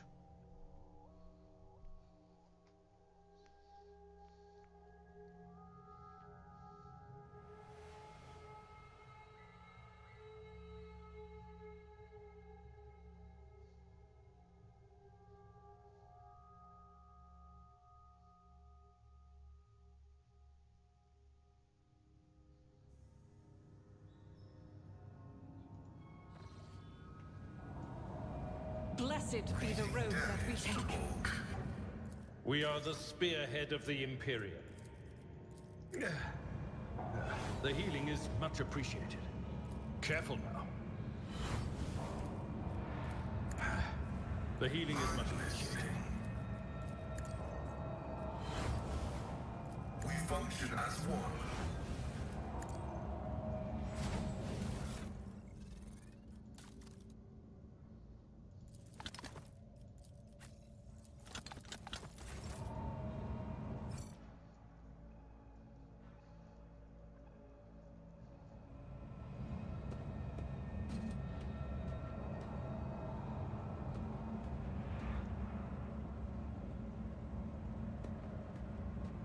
Activating motive force reserves.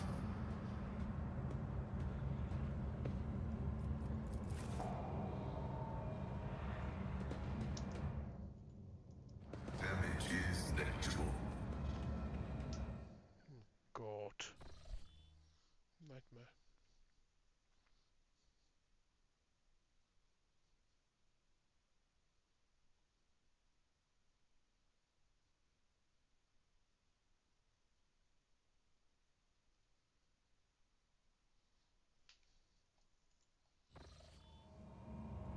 Data meditation is terminated.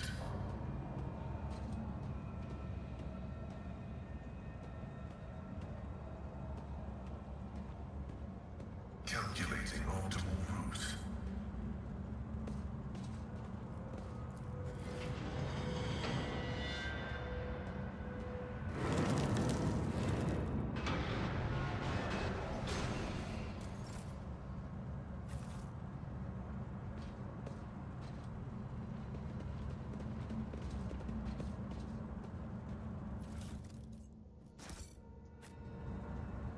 Onward!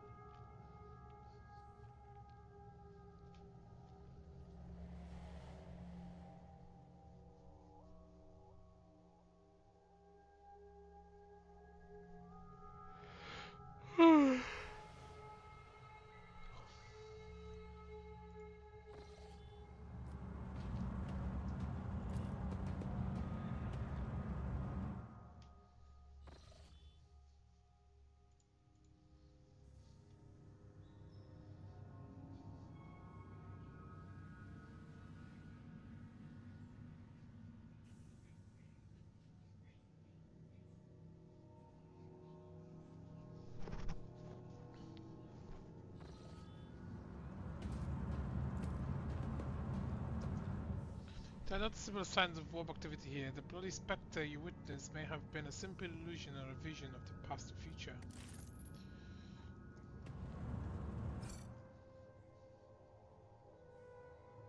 I serve the Golden Throne.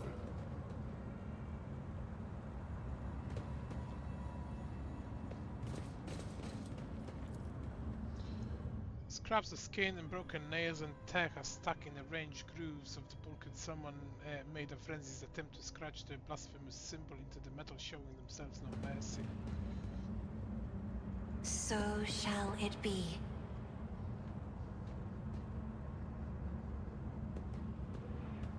Whose flesh betray me? I'm drowning in the mire of flesh and soul, but my spirit longs for the perfection of the machine. Tech comrade, you are in need of ritual protocol of repair. We will mend you. Yes, we will mend you.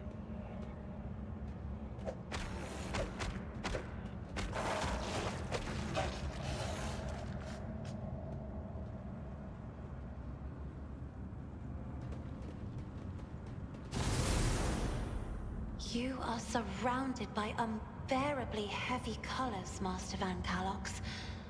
It is as if they have been dredged up from a deep, forgotten well. It's because of the Black Ship, isn't it?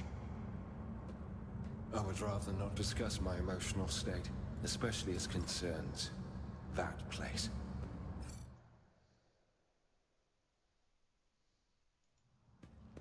Let's proceed.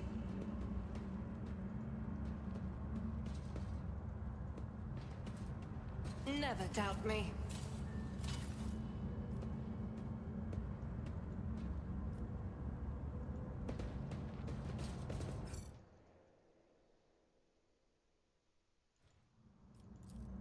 My knowledge has its limits.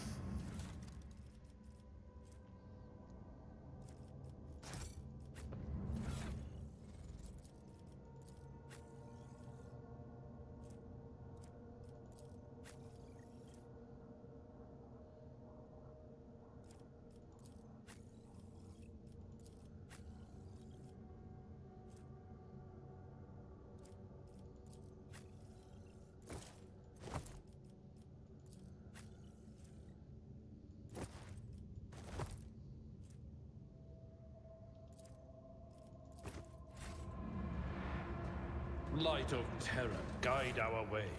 To read this, May the Emperor faithful forever remains in the light of his favor. Let me first express my condolences on the tragic death of the most honorable Theodora von Valancius. Nevertheless, I was elected to learn that the warrant of the rogue trader has been passed to a worthy and promising heir. These words are not hollow compliments, but rather the Inquisition's official opinion of your person. As the fate would have it, you have taken the reins of the von Valancius dynasty in an honor most dire, when grim portents of the dark events to come are surfacing throughout the cosmos expanse. I have been duty-bound to become the first sentinel who sees the approaching threat, and I hereby alert you that it is indeed coming. Our loyalty and resolve will be tested. People such as you will become the pillars that will unite the Emperor's frightened children and inspire them to fight back. And so I greet you as my dependable ally and assure you of my favor. From now on, you have a trusted friend within the holy orders of the Emperor's Inquisition, and a receptive confidant on whom you can rely. Should the dark times ahead require you to make questionable choices, I have no doubt that much an incident will be examined in exceedingly temperate fashion that rules out the most radical forms of judgment. I have faith in the success of our partnership and thank you for your contribution both past and future.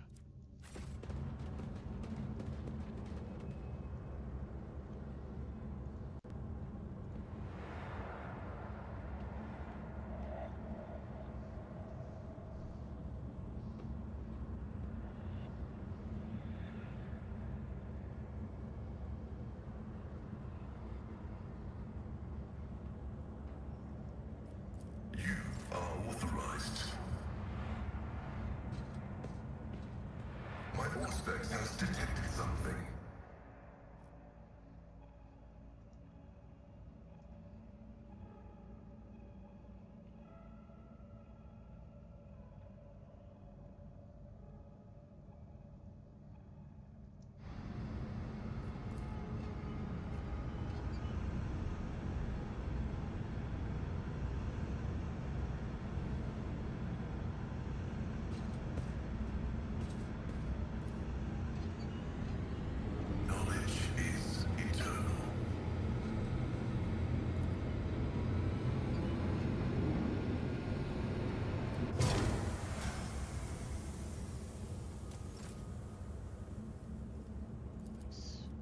Integrity factor increased. My frail organics required it.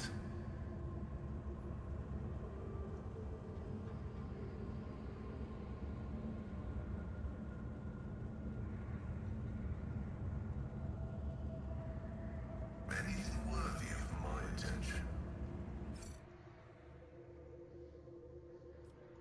What a shameful failure. Error. Making adjustments. This explorator is blessed with multifunctionality.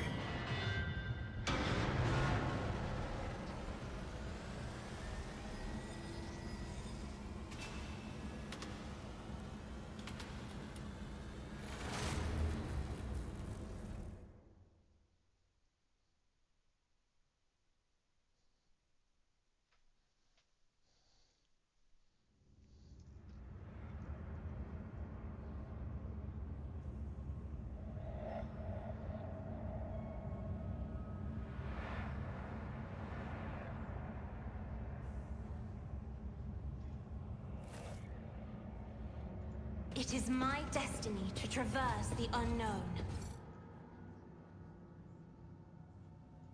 The burden of failure is the most terrible punishment. There. Take heed, rogue Right trader. there.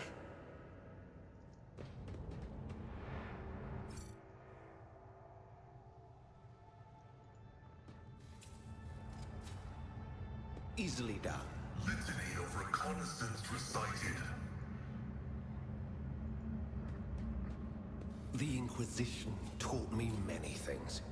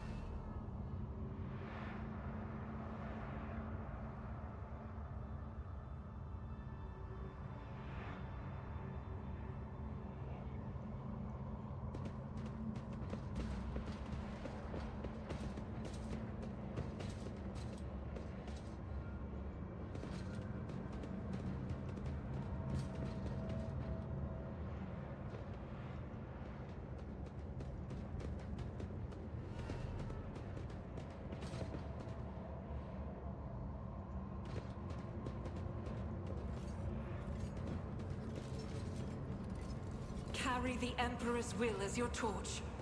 I see you. Tremble.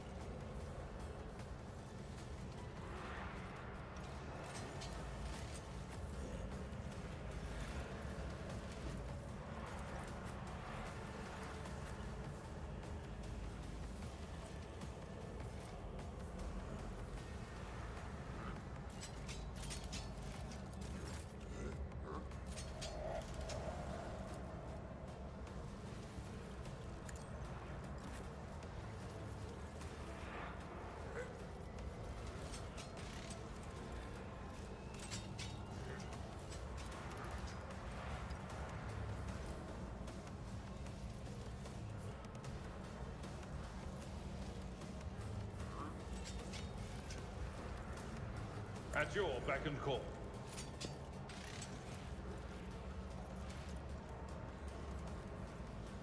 It will be done.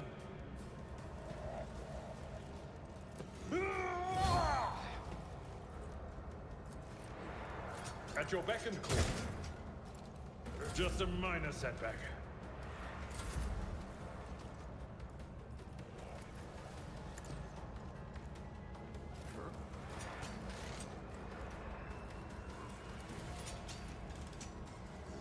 I won't object to it.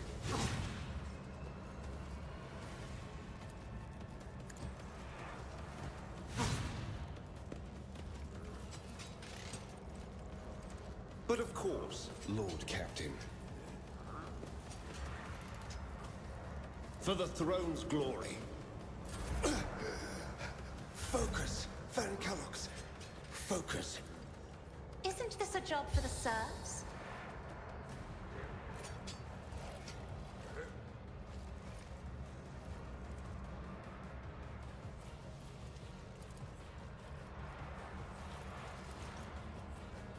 If I may. Isn't this a job for the serfs?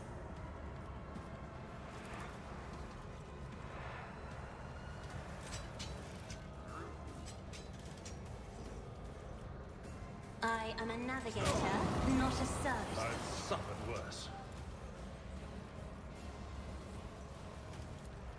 Me?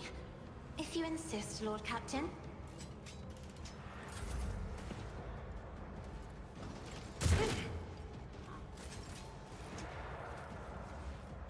As the Emperor commands, I act.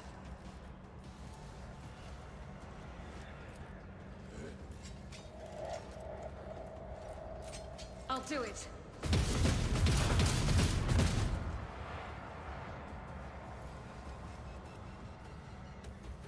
Faith without deeds is worthless.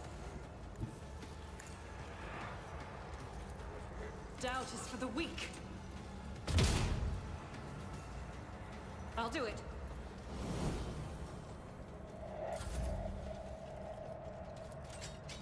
Naturally.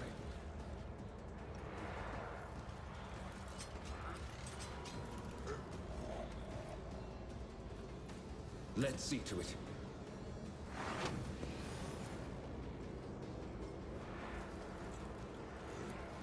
But of course, Lord Captain. Holy terror! Smite your enemies! For the throne's glory.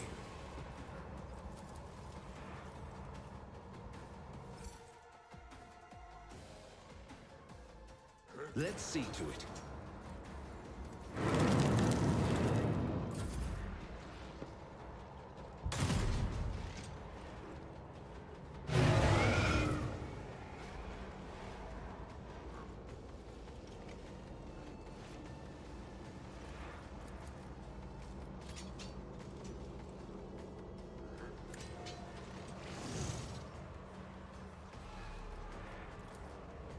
My vow is to serve.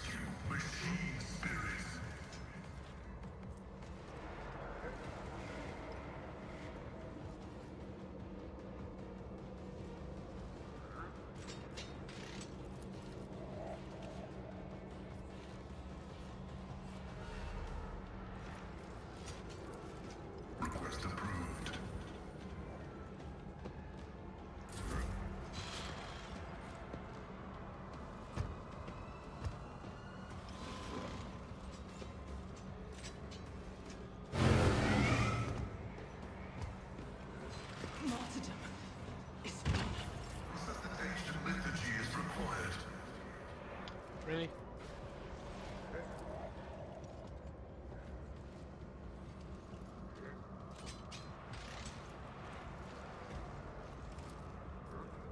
I will do my target well struck.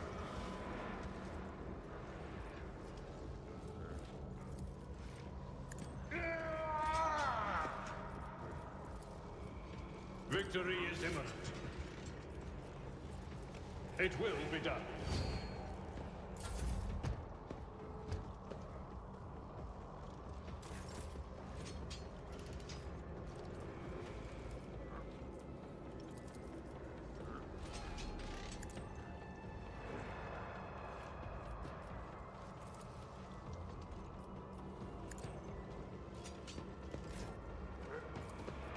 The Omnissiah knows all, comprehends all.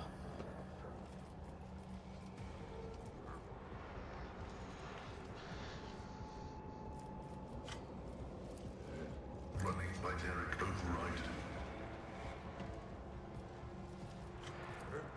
My vow is to serve. Flesh is weak, yet iron knows no pain.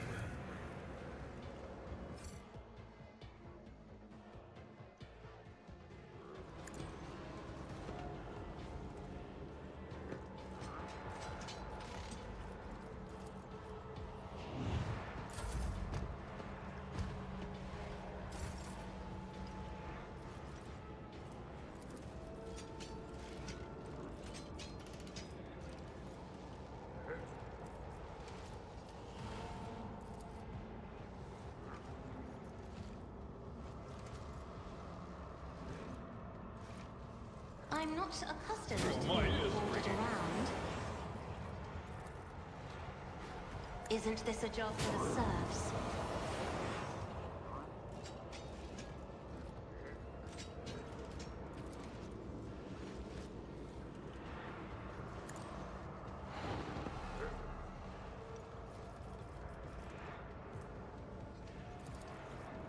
Me? If you insist, Lord Captain. I am a navigator, not a servitor.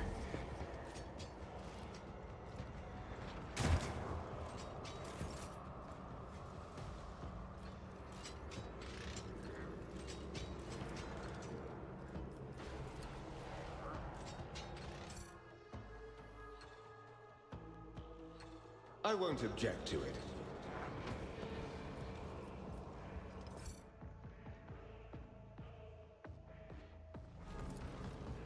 But of course, Lord Captain.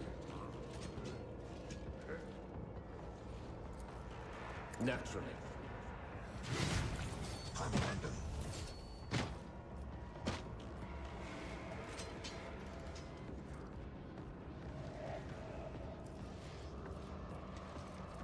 Let's see to it.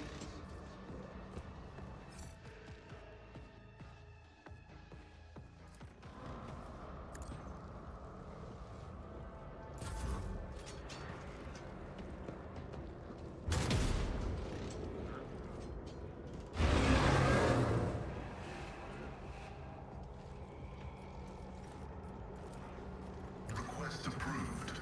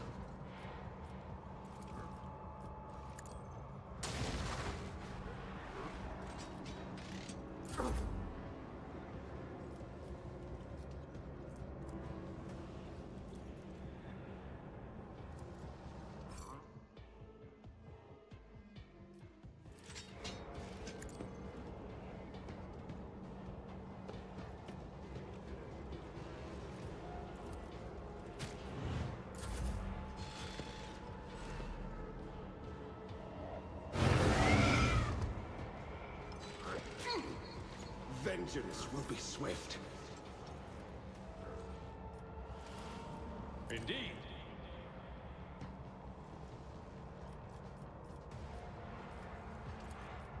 I will do my duty. Victory is imminent. It will be done. Gray hair, sure hair.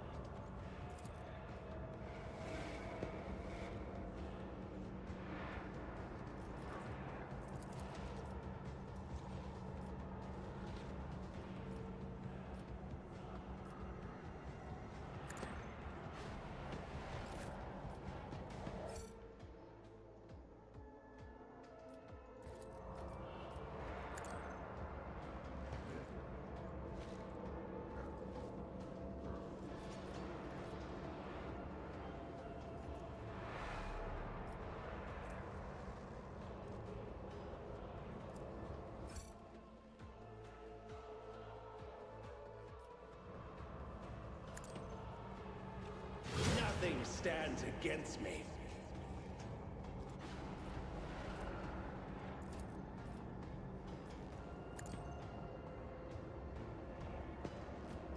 For the throne's glory.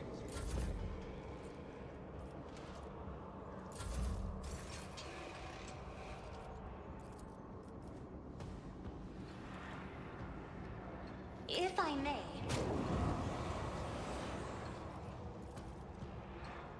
I'm not accustomed to another foe painted black.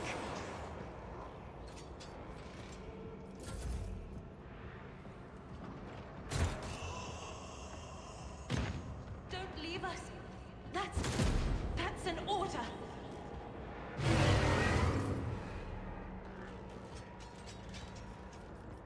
Request approved. Running binaric override. The scriptural prognosis is favorable.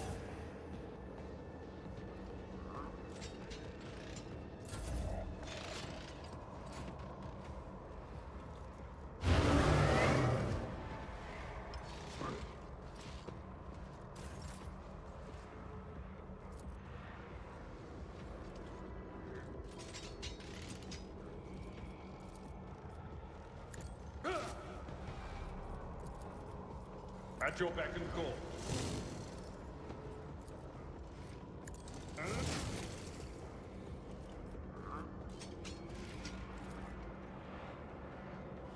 I will do my duty.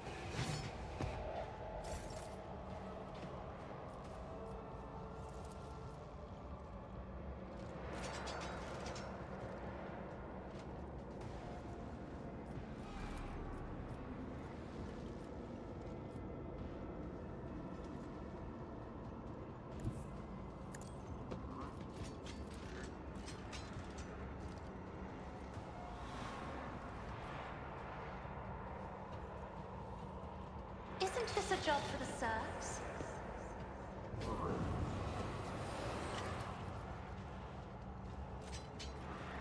I am a navigator, not a servitor.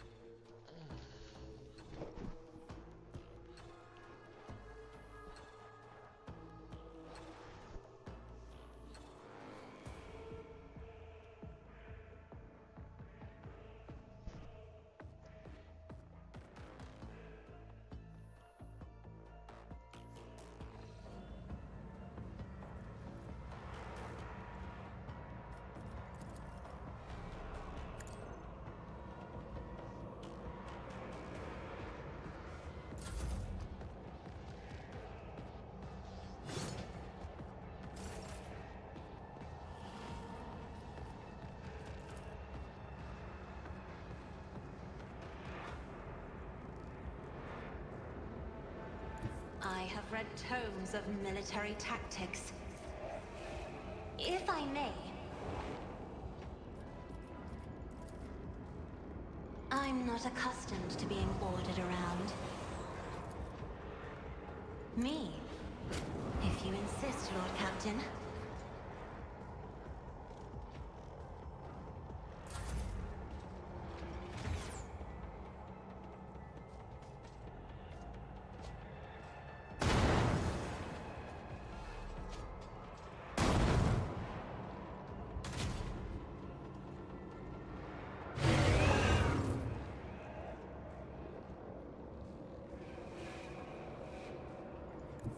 Advancing.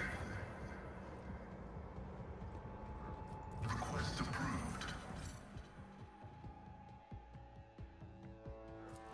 The Omnissiah knows all. Vital function successfully terminated. The order is contrary to dogmatic protocols.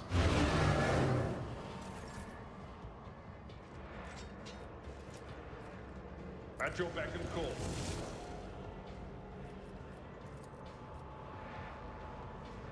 It will be done. Target well struck. Victory is imminent.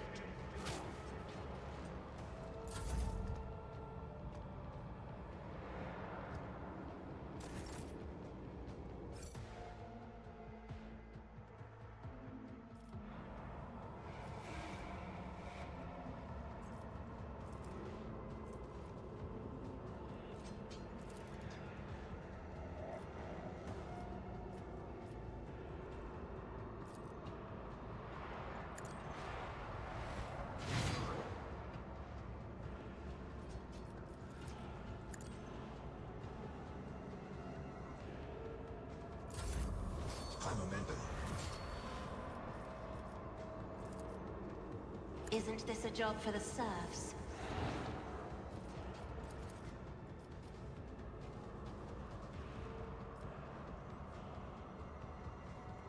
Emperor, give me strength. Me? If you insist, Lord Captain.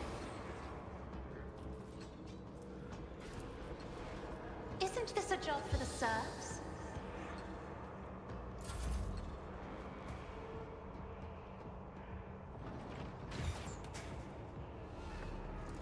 An exemplary strike.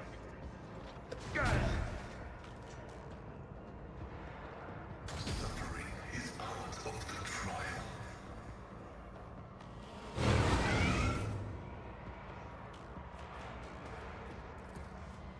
We function as one.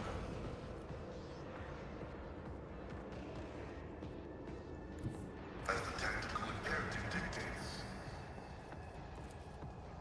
My vow is to serve.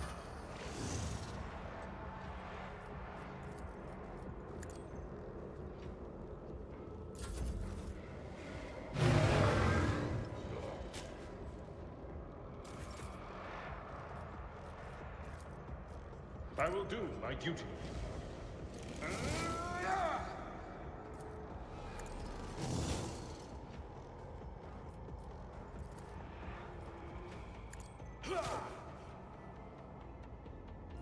No matter the cost. At your beck and call. Grey hair, sure hair. Indeed.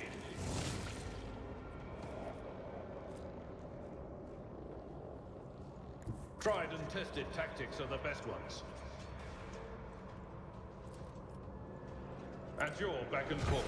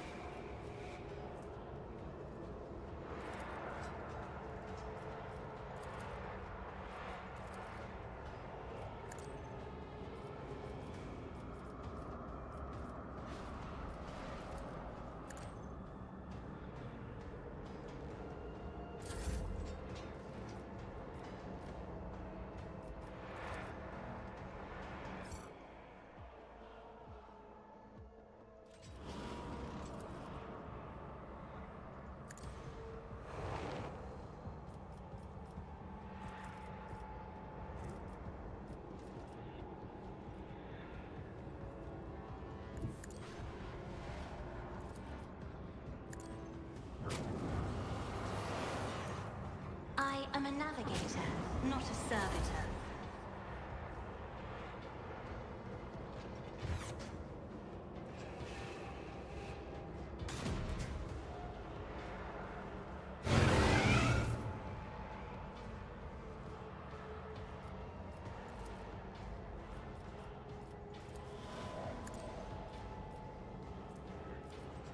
The scriptural prognosis is favorable. Request approved.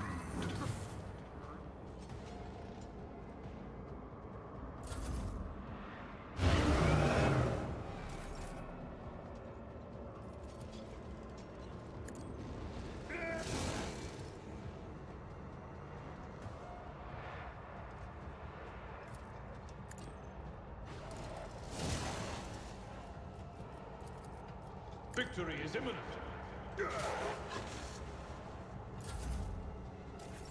High momentum.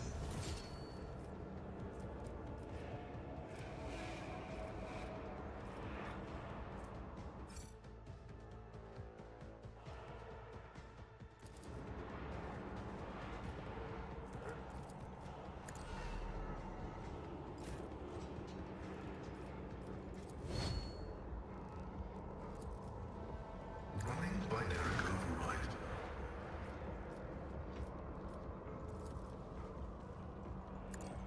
Your desire condemns you.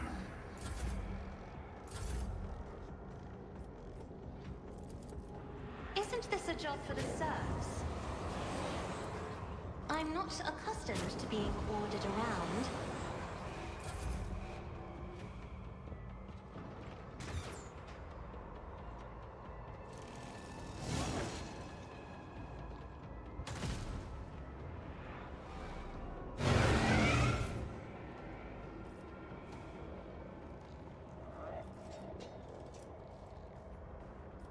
My vow is to serve.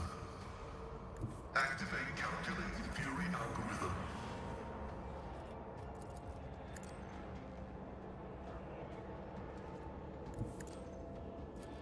The scriptural prognosis is favorable.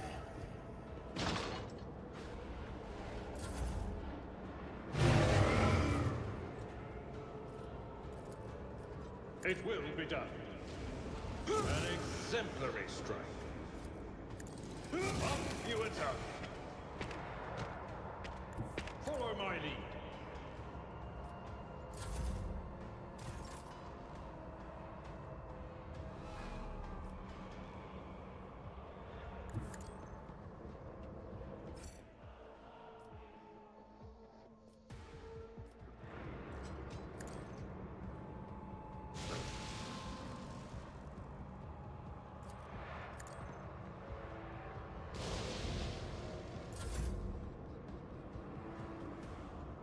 Step aside.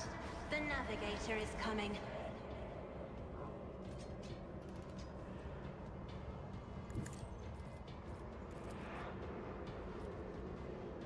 Me? If you insist, Lord Captain. I am and try to die with grace, at least.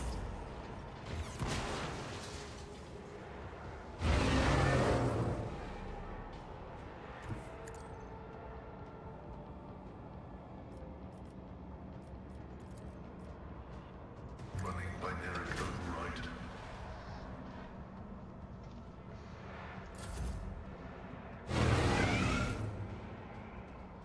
My place is at the fort.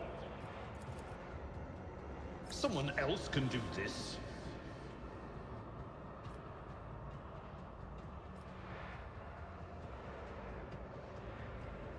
Indeed.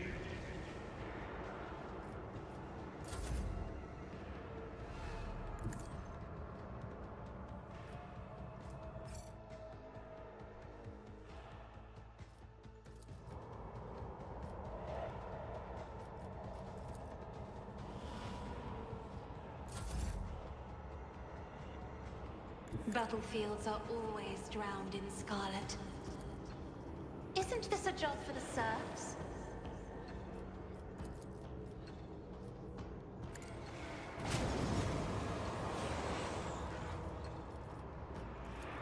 Me? If you insist, Lord Captain.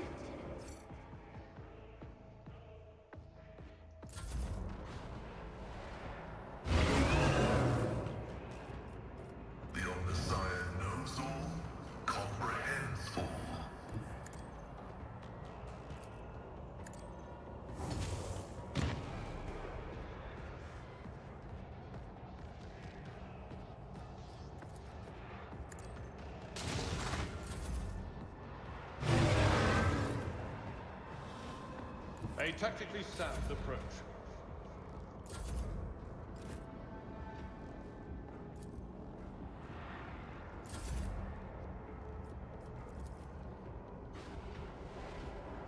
I have read tomes of military tactics. Isn't this a job for the serfs?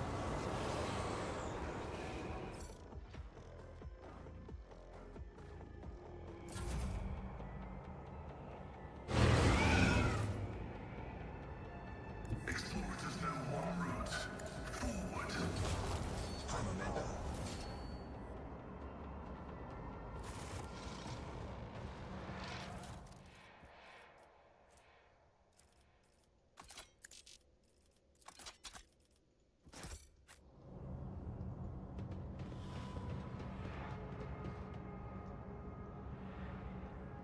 How can one find the right way without his light?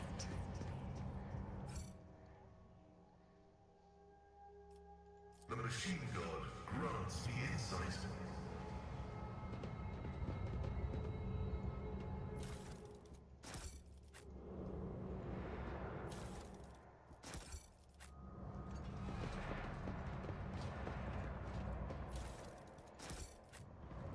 Look, over there.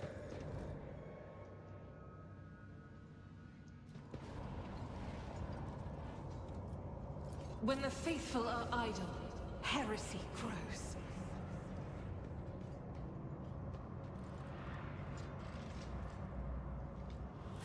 A nice little stroll.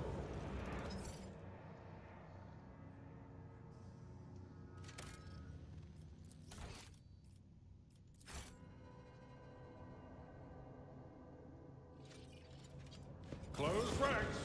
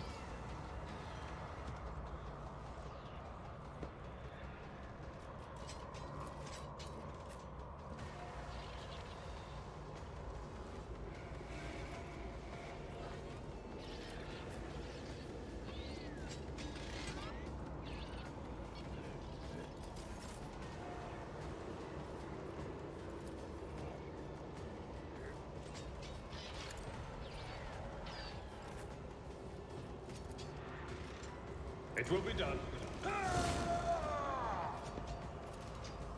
Victory is imminent. Gray hair, sure hair.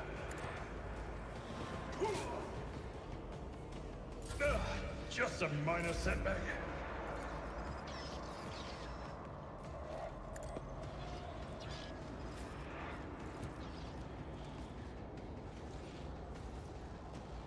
I am a navigator, not a servitor.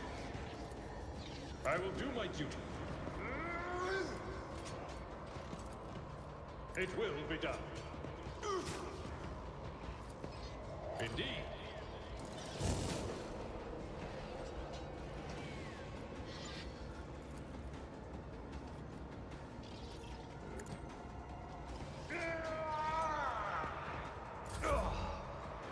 I've suffered worse.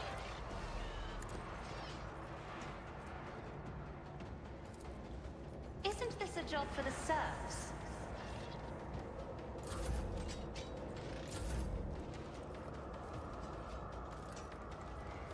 If I may.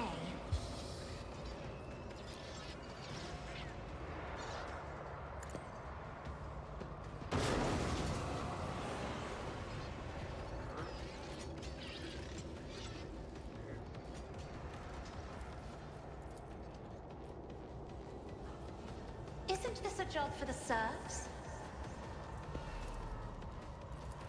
I'm afraid not.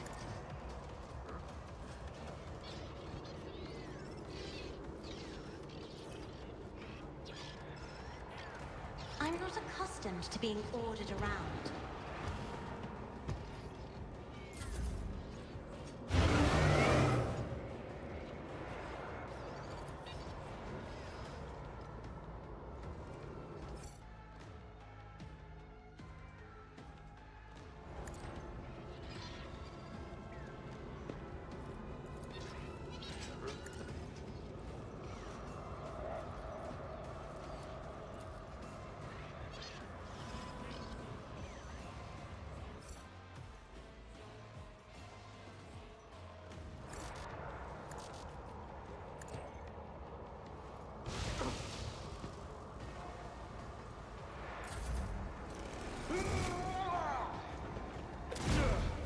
My ears are ringing.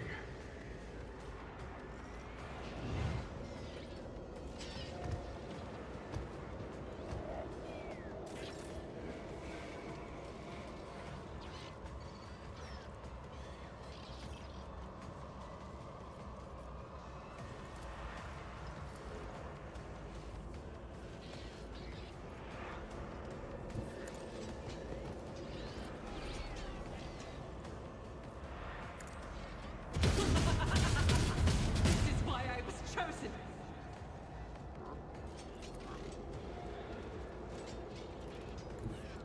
I will bathe this battlefield in righteous fury. As the Emperor commands, I act.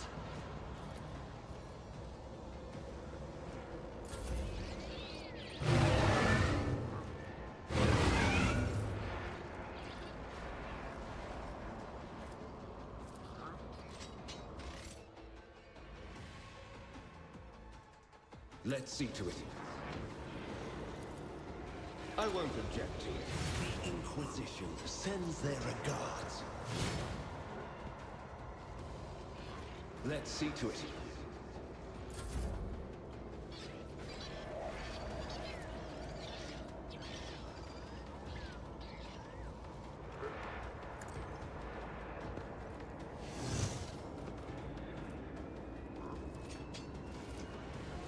My vow is to serve. Heavy is the tread of his faithful.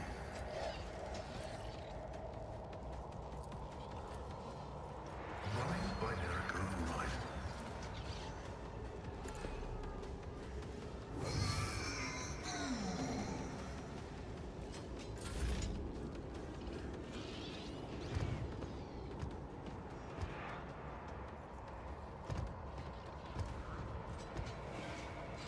Reading damage to bulk.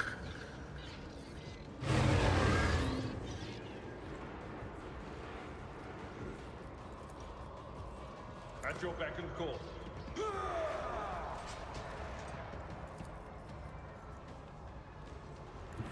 I've seen worse battles than this in my time.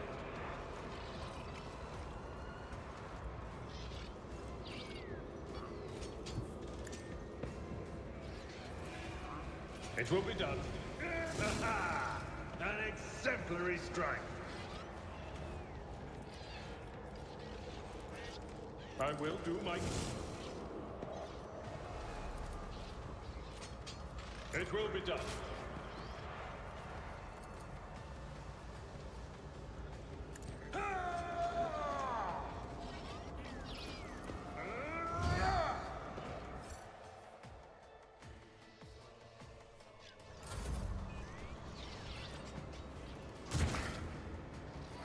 Brace yourself, Avalon.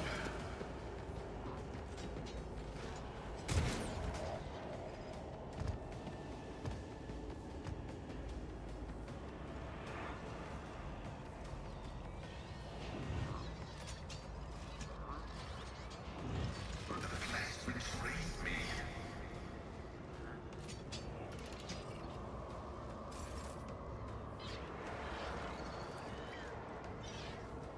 Isn't this a job for the serfs?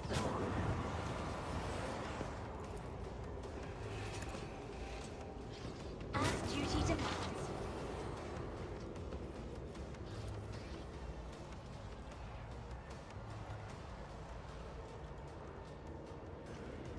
Me? If you insist, Lord Captain.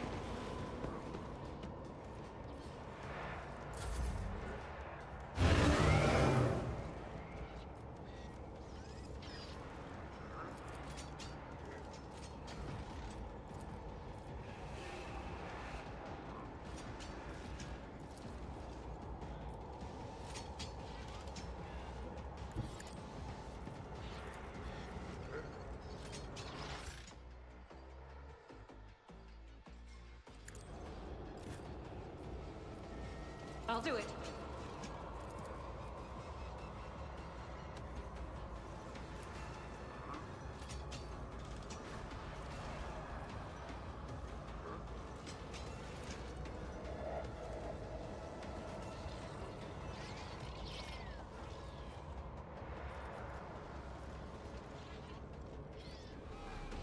Faith without deeds is worthless.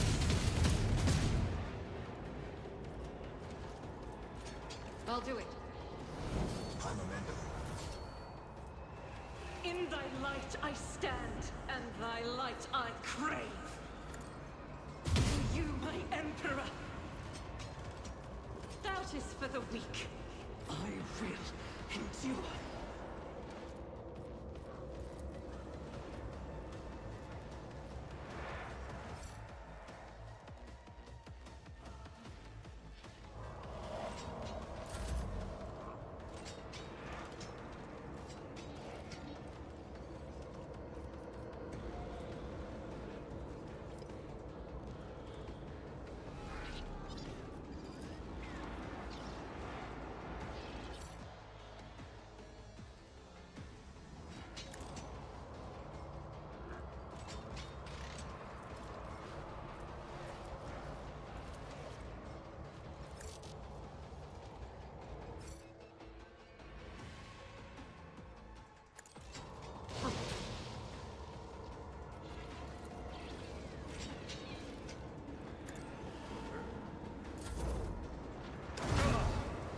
Pain and duty go.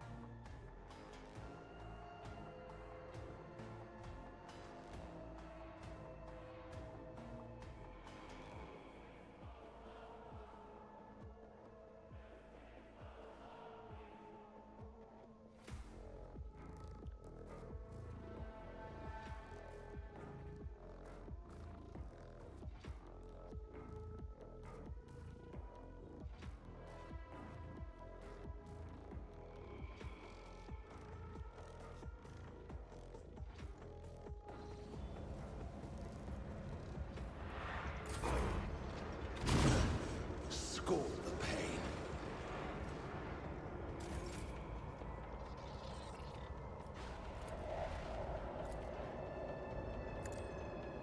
This is why I was chosen. As the Emperor commands, I act. I'll do it.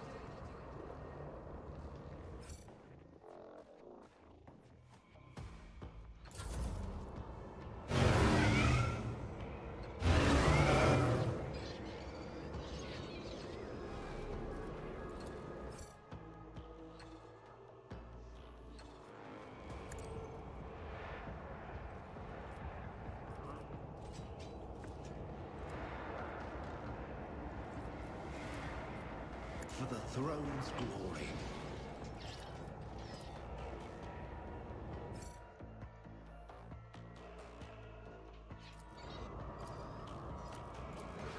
Let's see to it.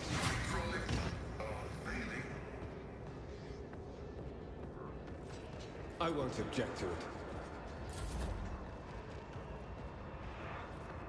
Request approved.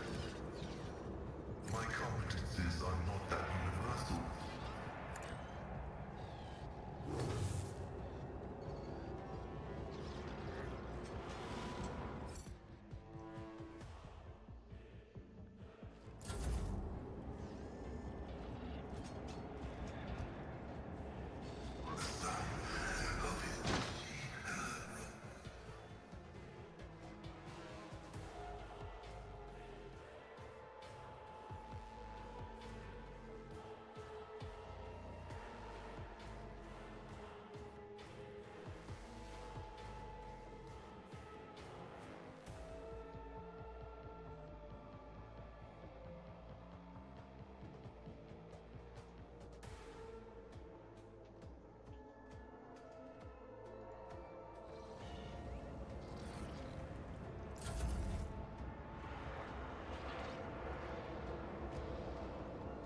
Reporting imminent.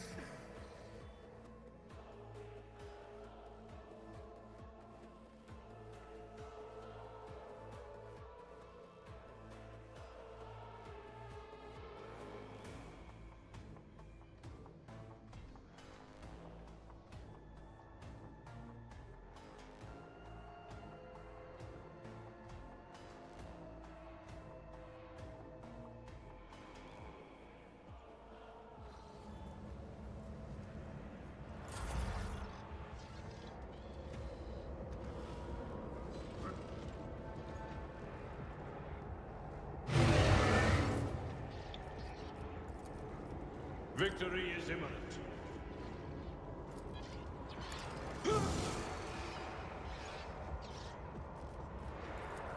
It will be done. At your beck and call. It will be done.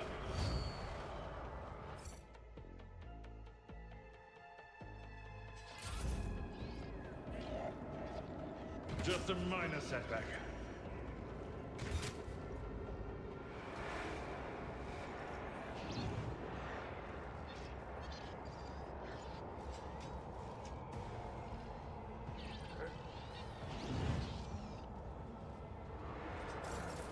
High momentum. I am a navigator, not a servitor.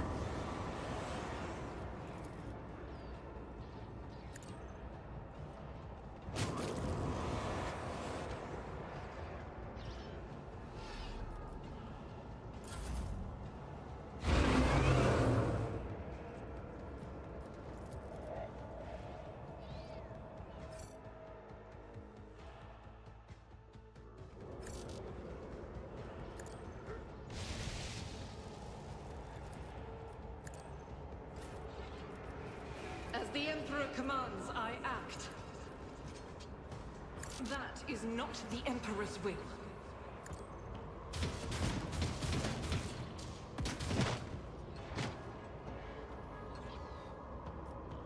Doubt is for the weak.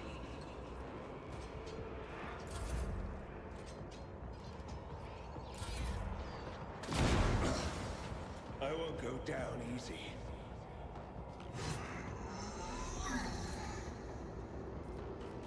Faith without deeds is worthless.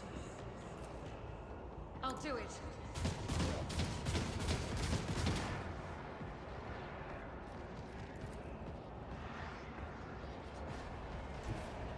The enemies of the Emperor will be undone!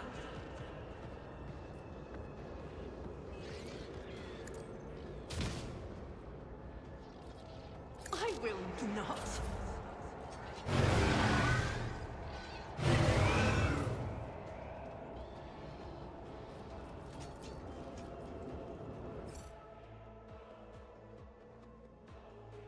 But of course, The place betrays me.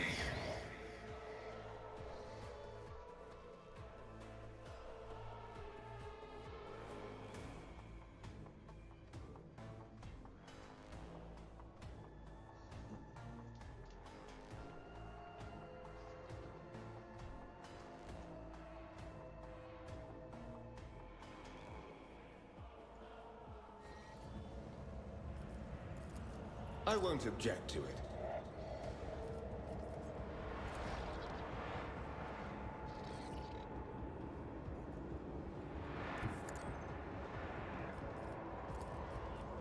Naturally.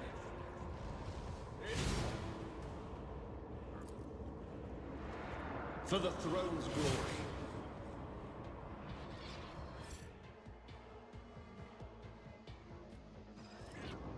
I feel the power surging.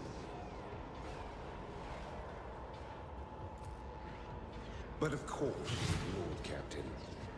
Let's see to it. Nothing stands against me. Be gone.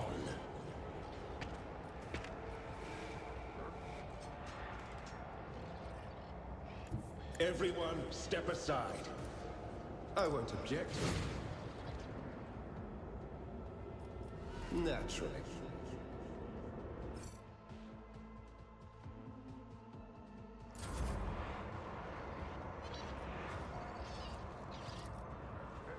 Running binary override. My vow is to serve.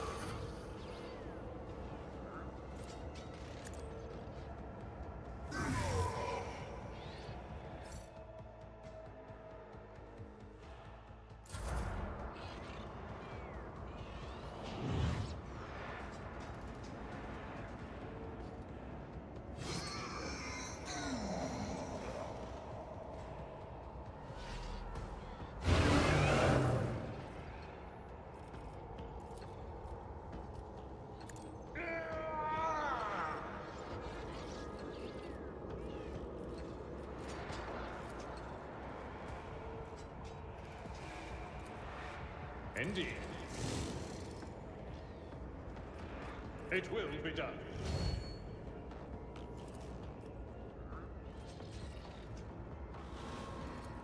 At your beck and call.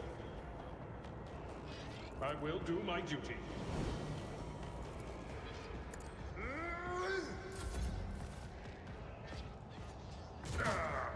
Brace yourself, Abelard.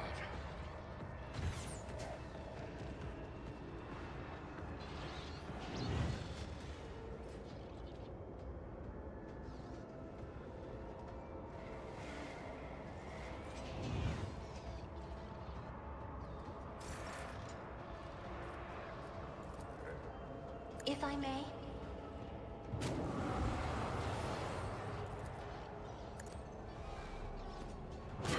Help me, Lord Captain!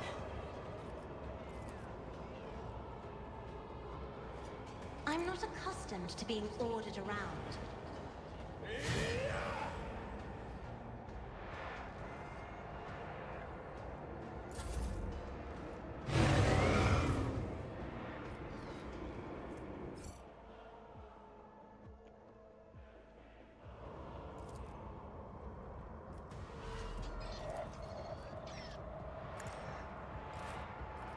As the Emperor commands, I act.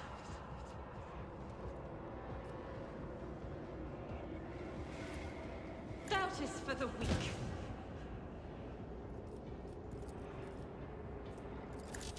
High momentum.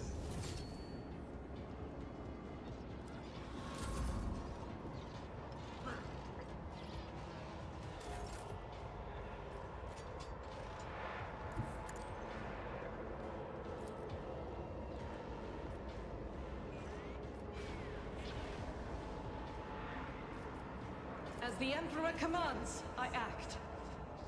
I'll do it. Faith without deed. You can do well, but not by much. Doubt is for the weak.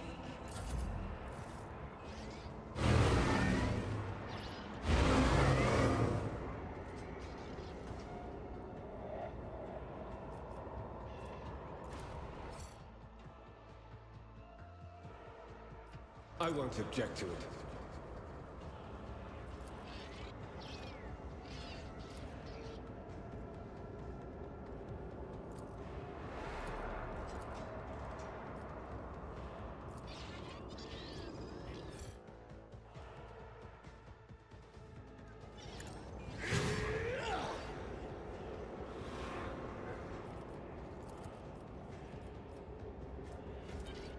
For the throne's glory.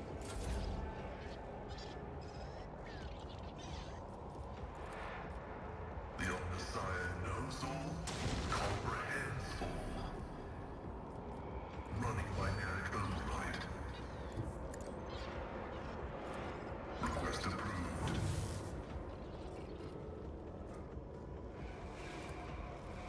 Activating force mode sacrifice.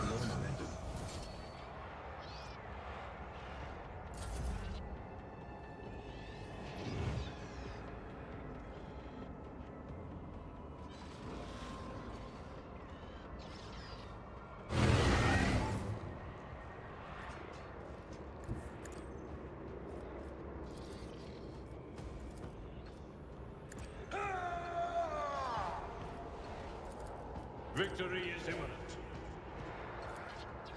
At your beck and call. Indeed.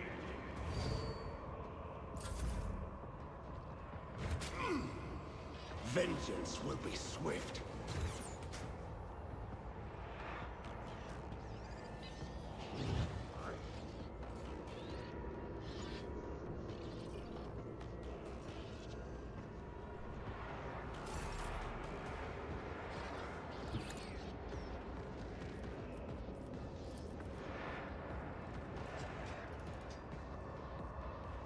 Me? If you insist, Lord Captain. I am a navigator, not a servitor.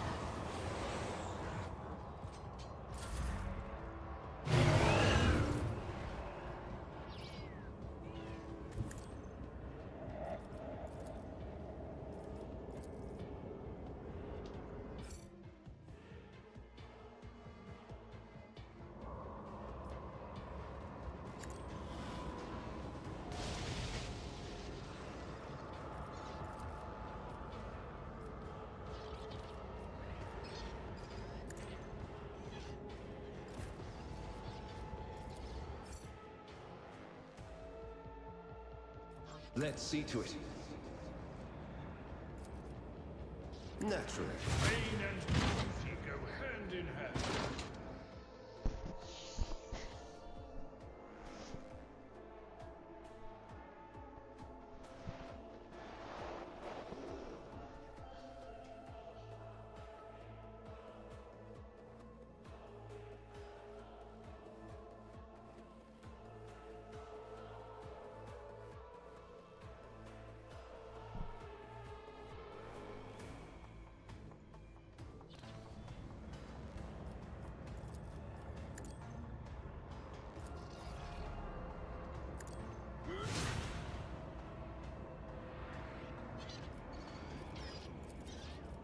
But of course, Lord Captain. Throne take you. God Emperor, move through me. Be the fire in my heart.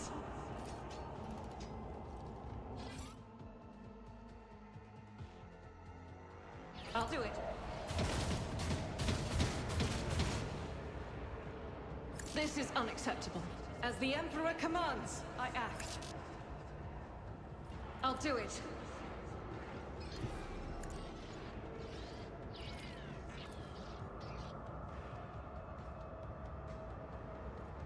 Faith without deeds is worthless.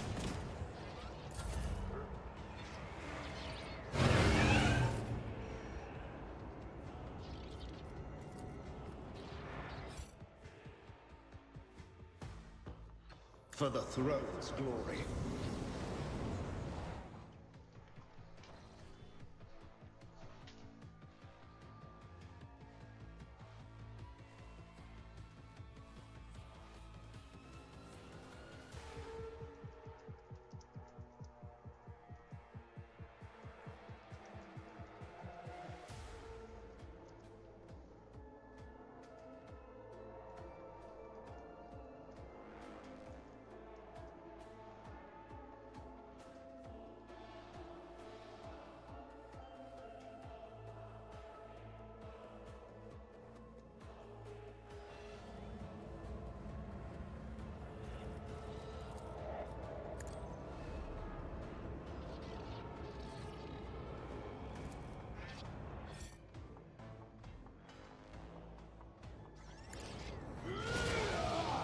Just a minor setback.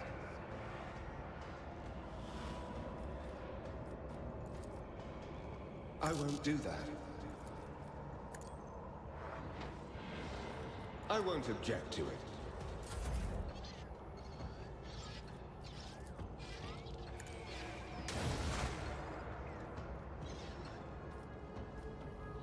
My vow is to serve.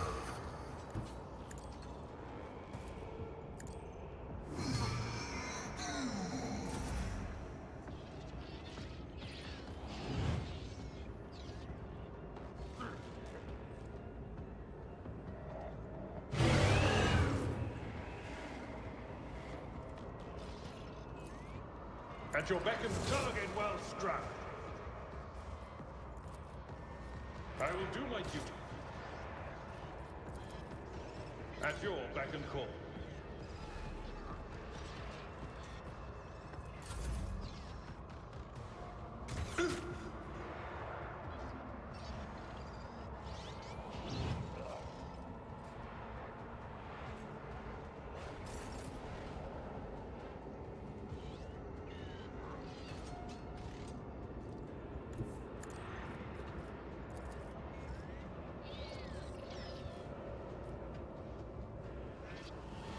Isn't this a job for the serfs?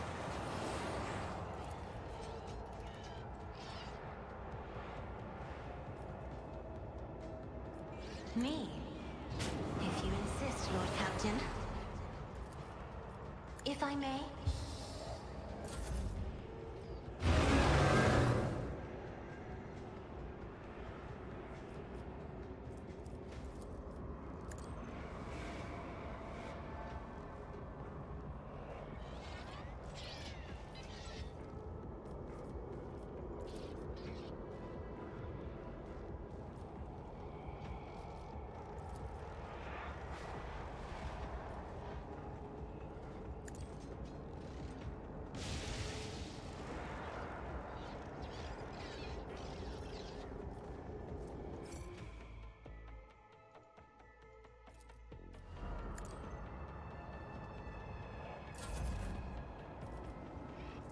I'll do it. I refuse. As the Emperor commands, I act.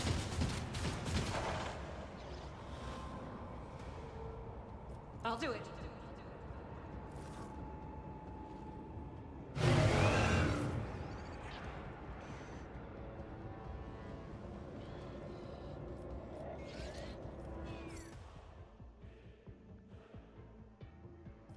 Let's see to it.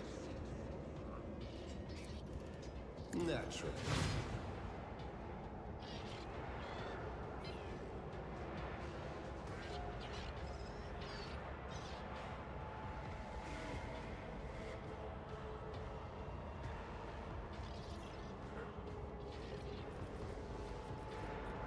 Let's see to it.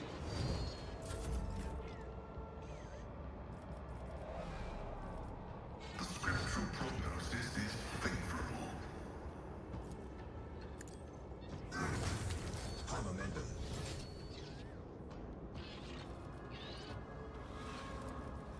Request denied.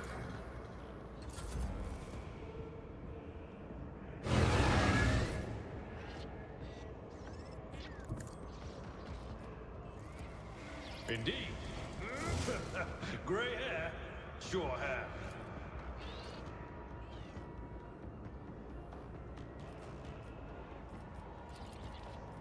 It will be done. I will do like you took care of this one.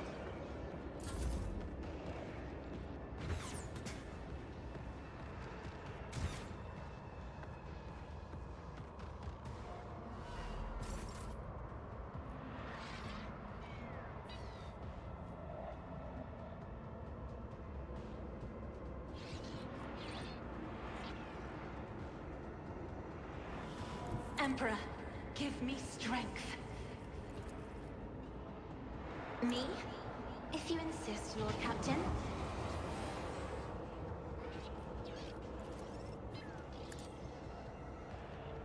No! These ruby flashes are choking me.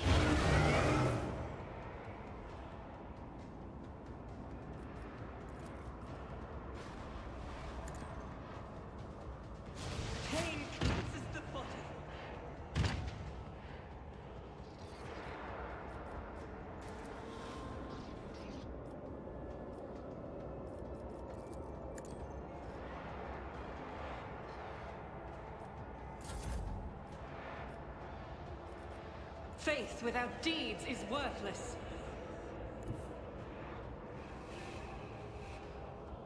Rejoice in battle! I'll do it. Doubt is for the weak. I'll do it.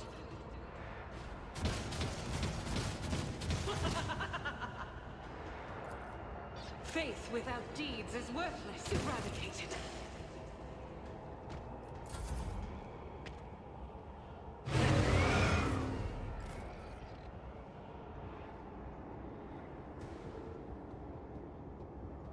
Advancing. Running by network. Successfully terminated. The Omnissiah knows all insignificant value.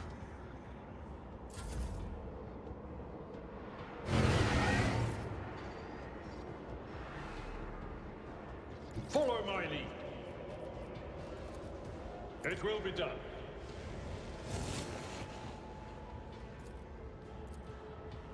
At your beck and call.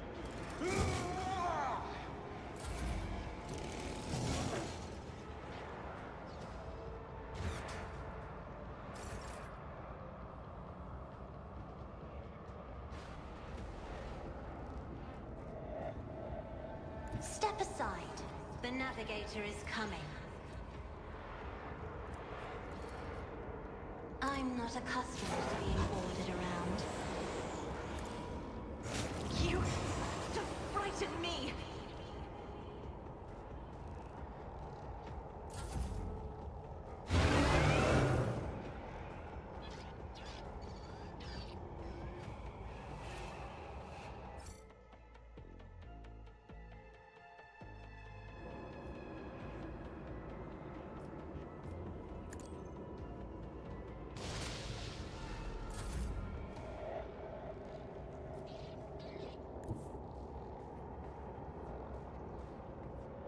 I will bathe this battlefield in righteous fury!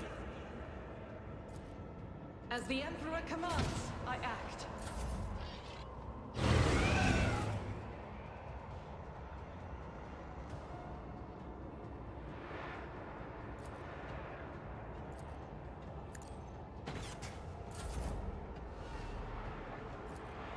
My vow is to serve.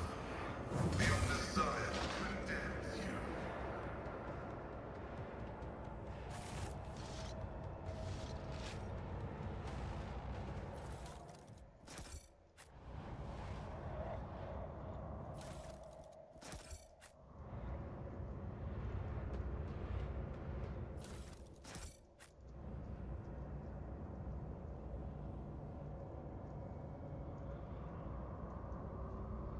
Do I detect doubt in your voice?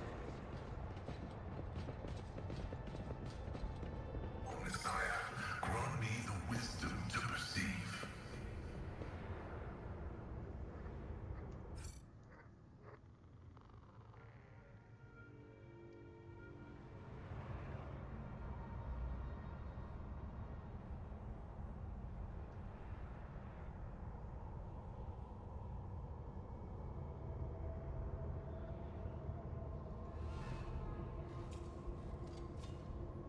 That was a problem for you. There. The light of terror We shines should deal through us. with this. The Inquisition taught me many things.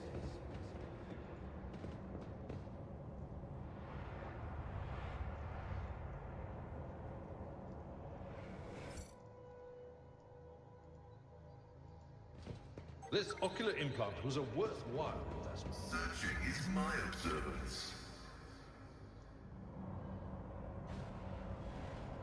I've seen a lot of innocent people. I've yet to see someone remain so after an interrogation.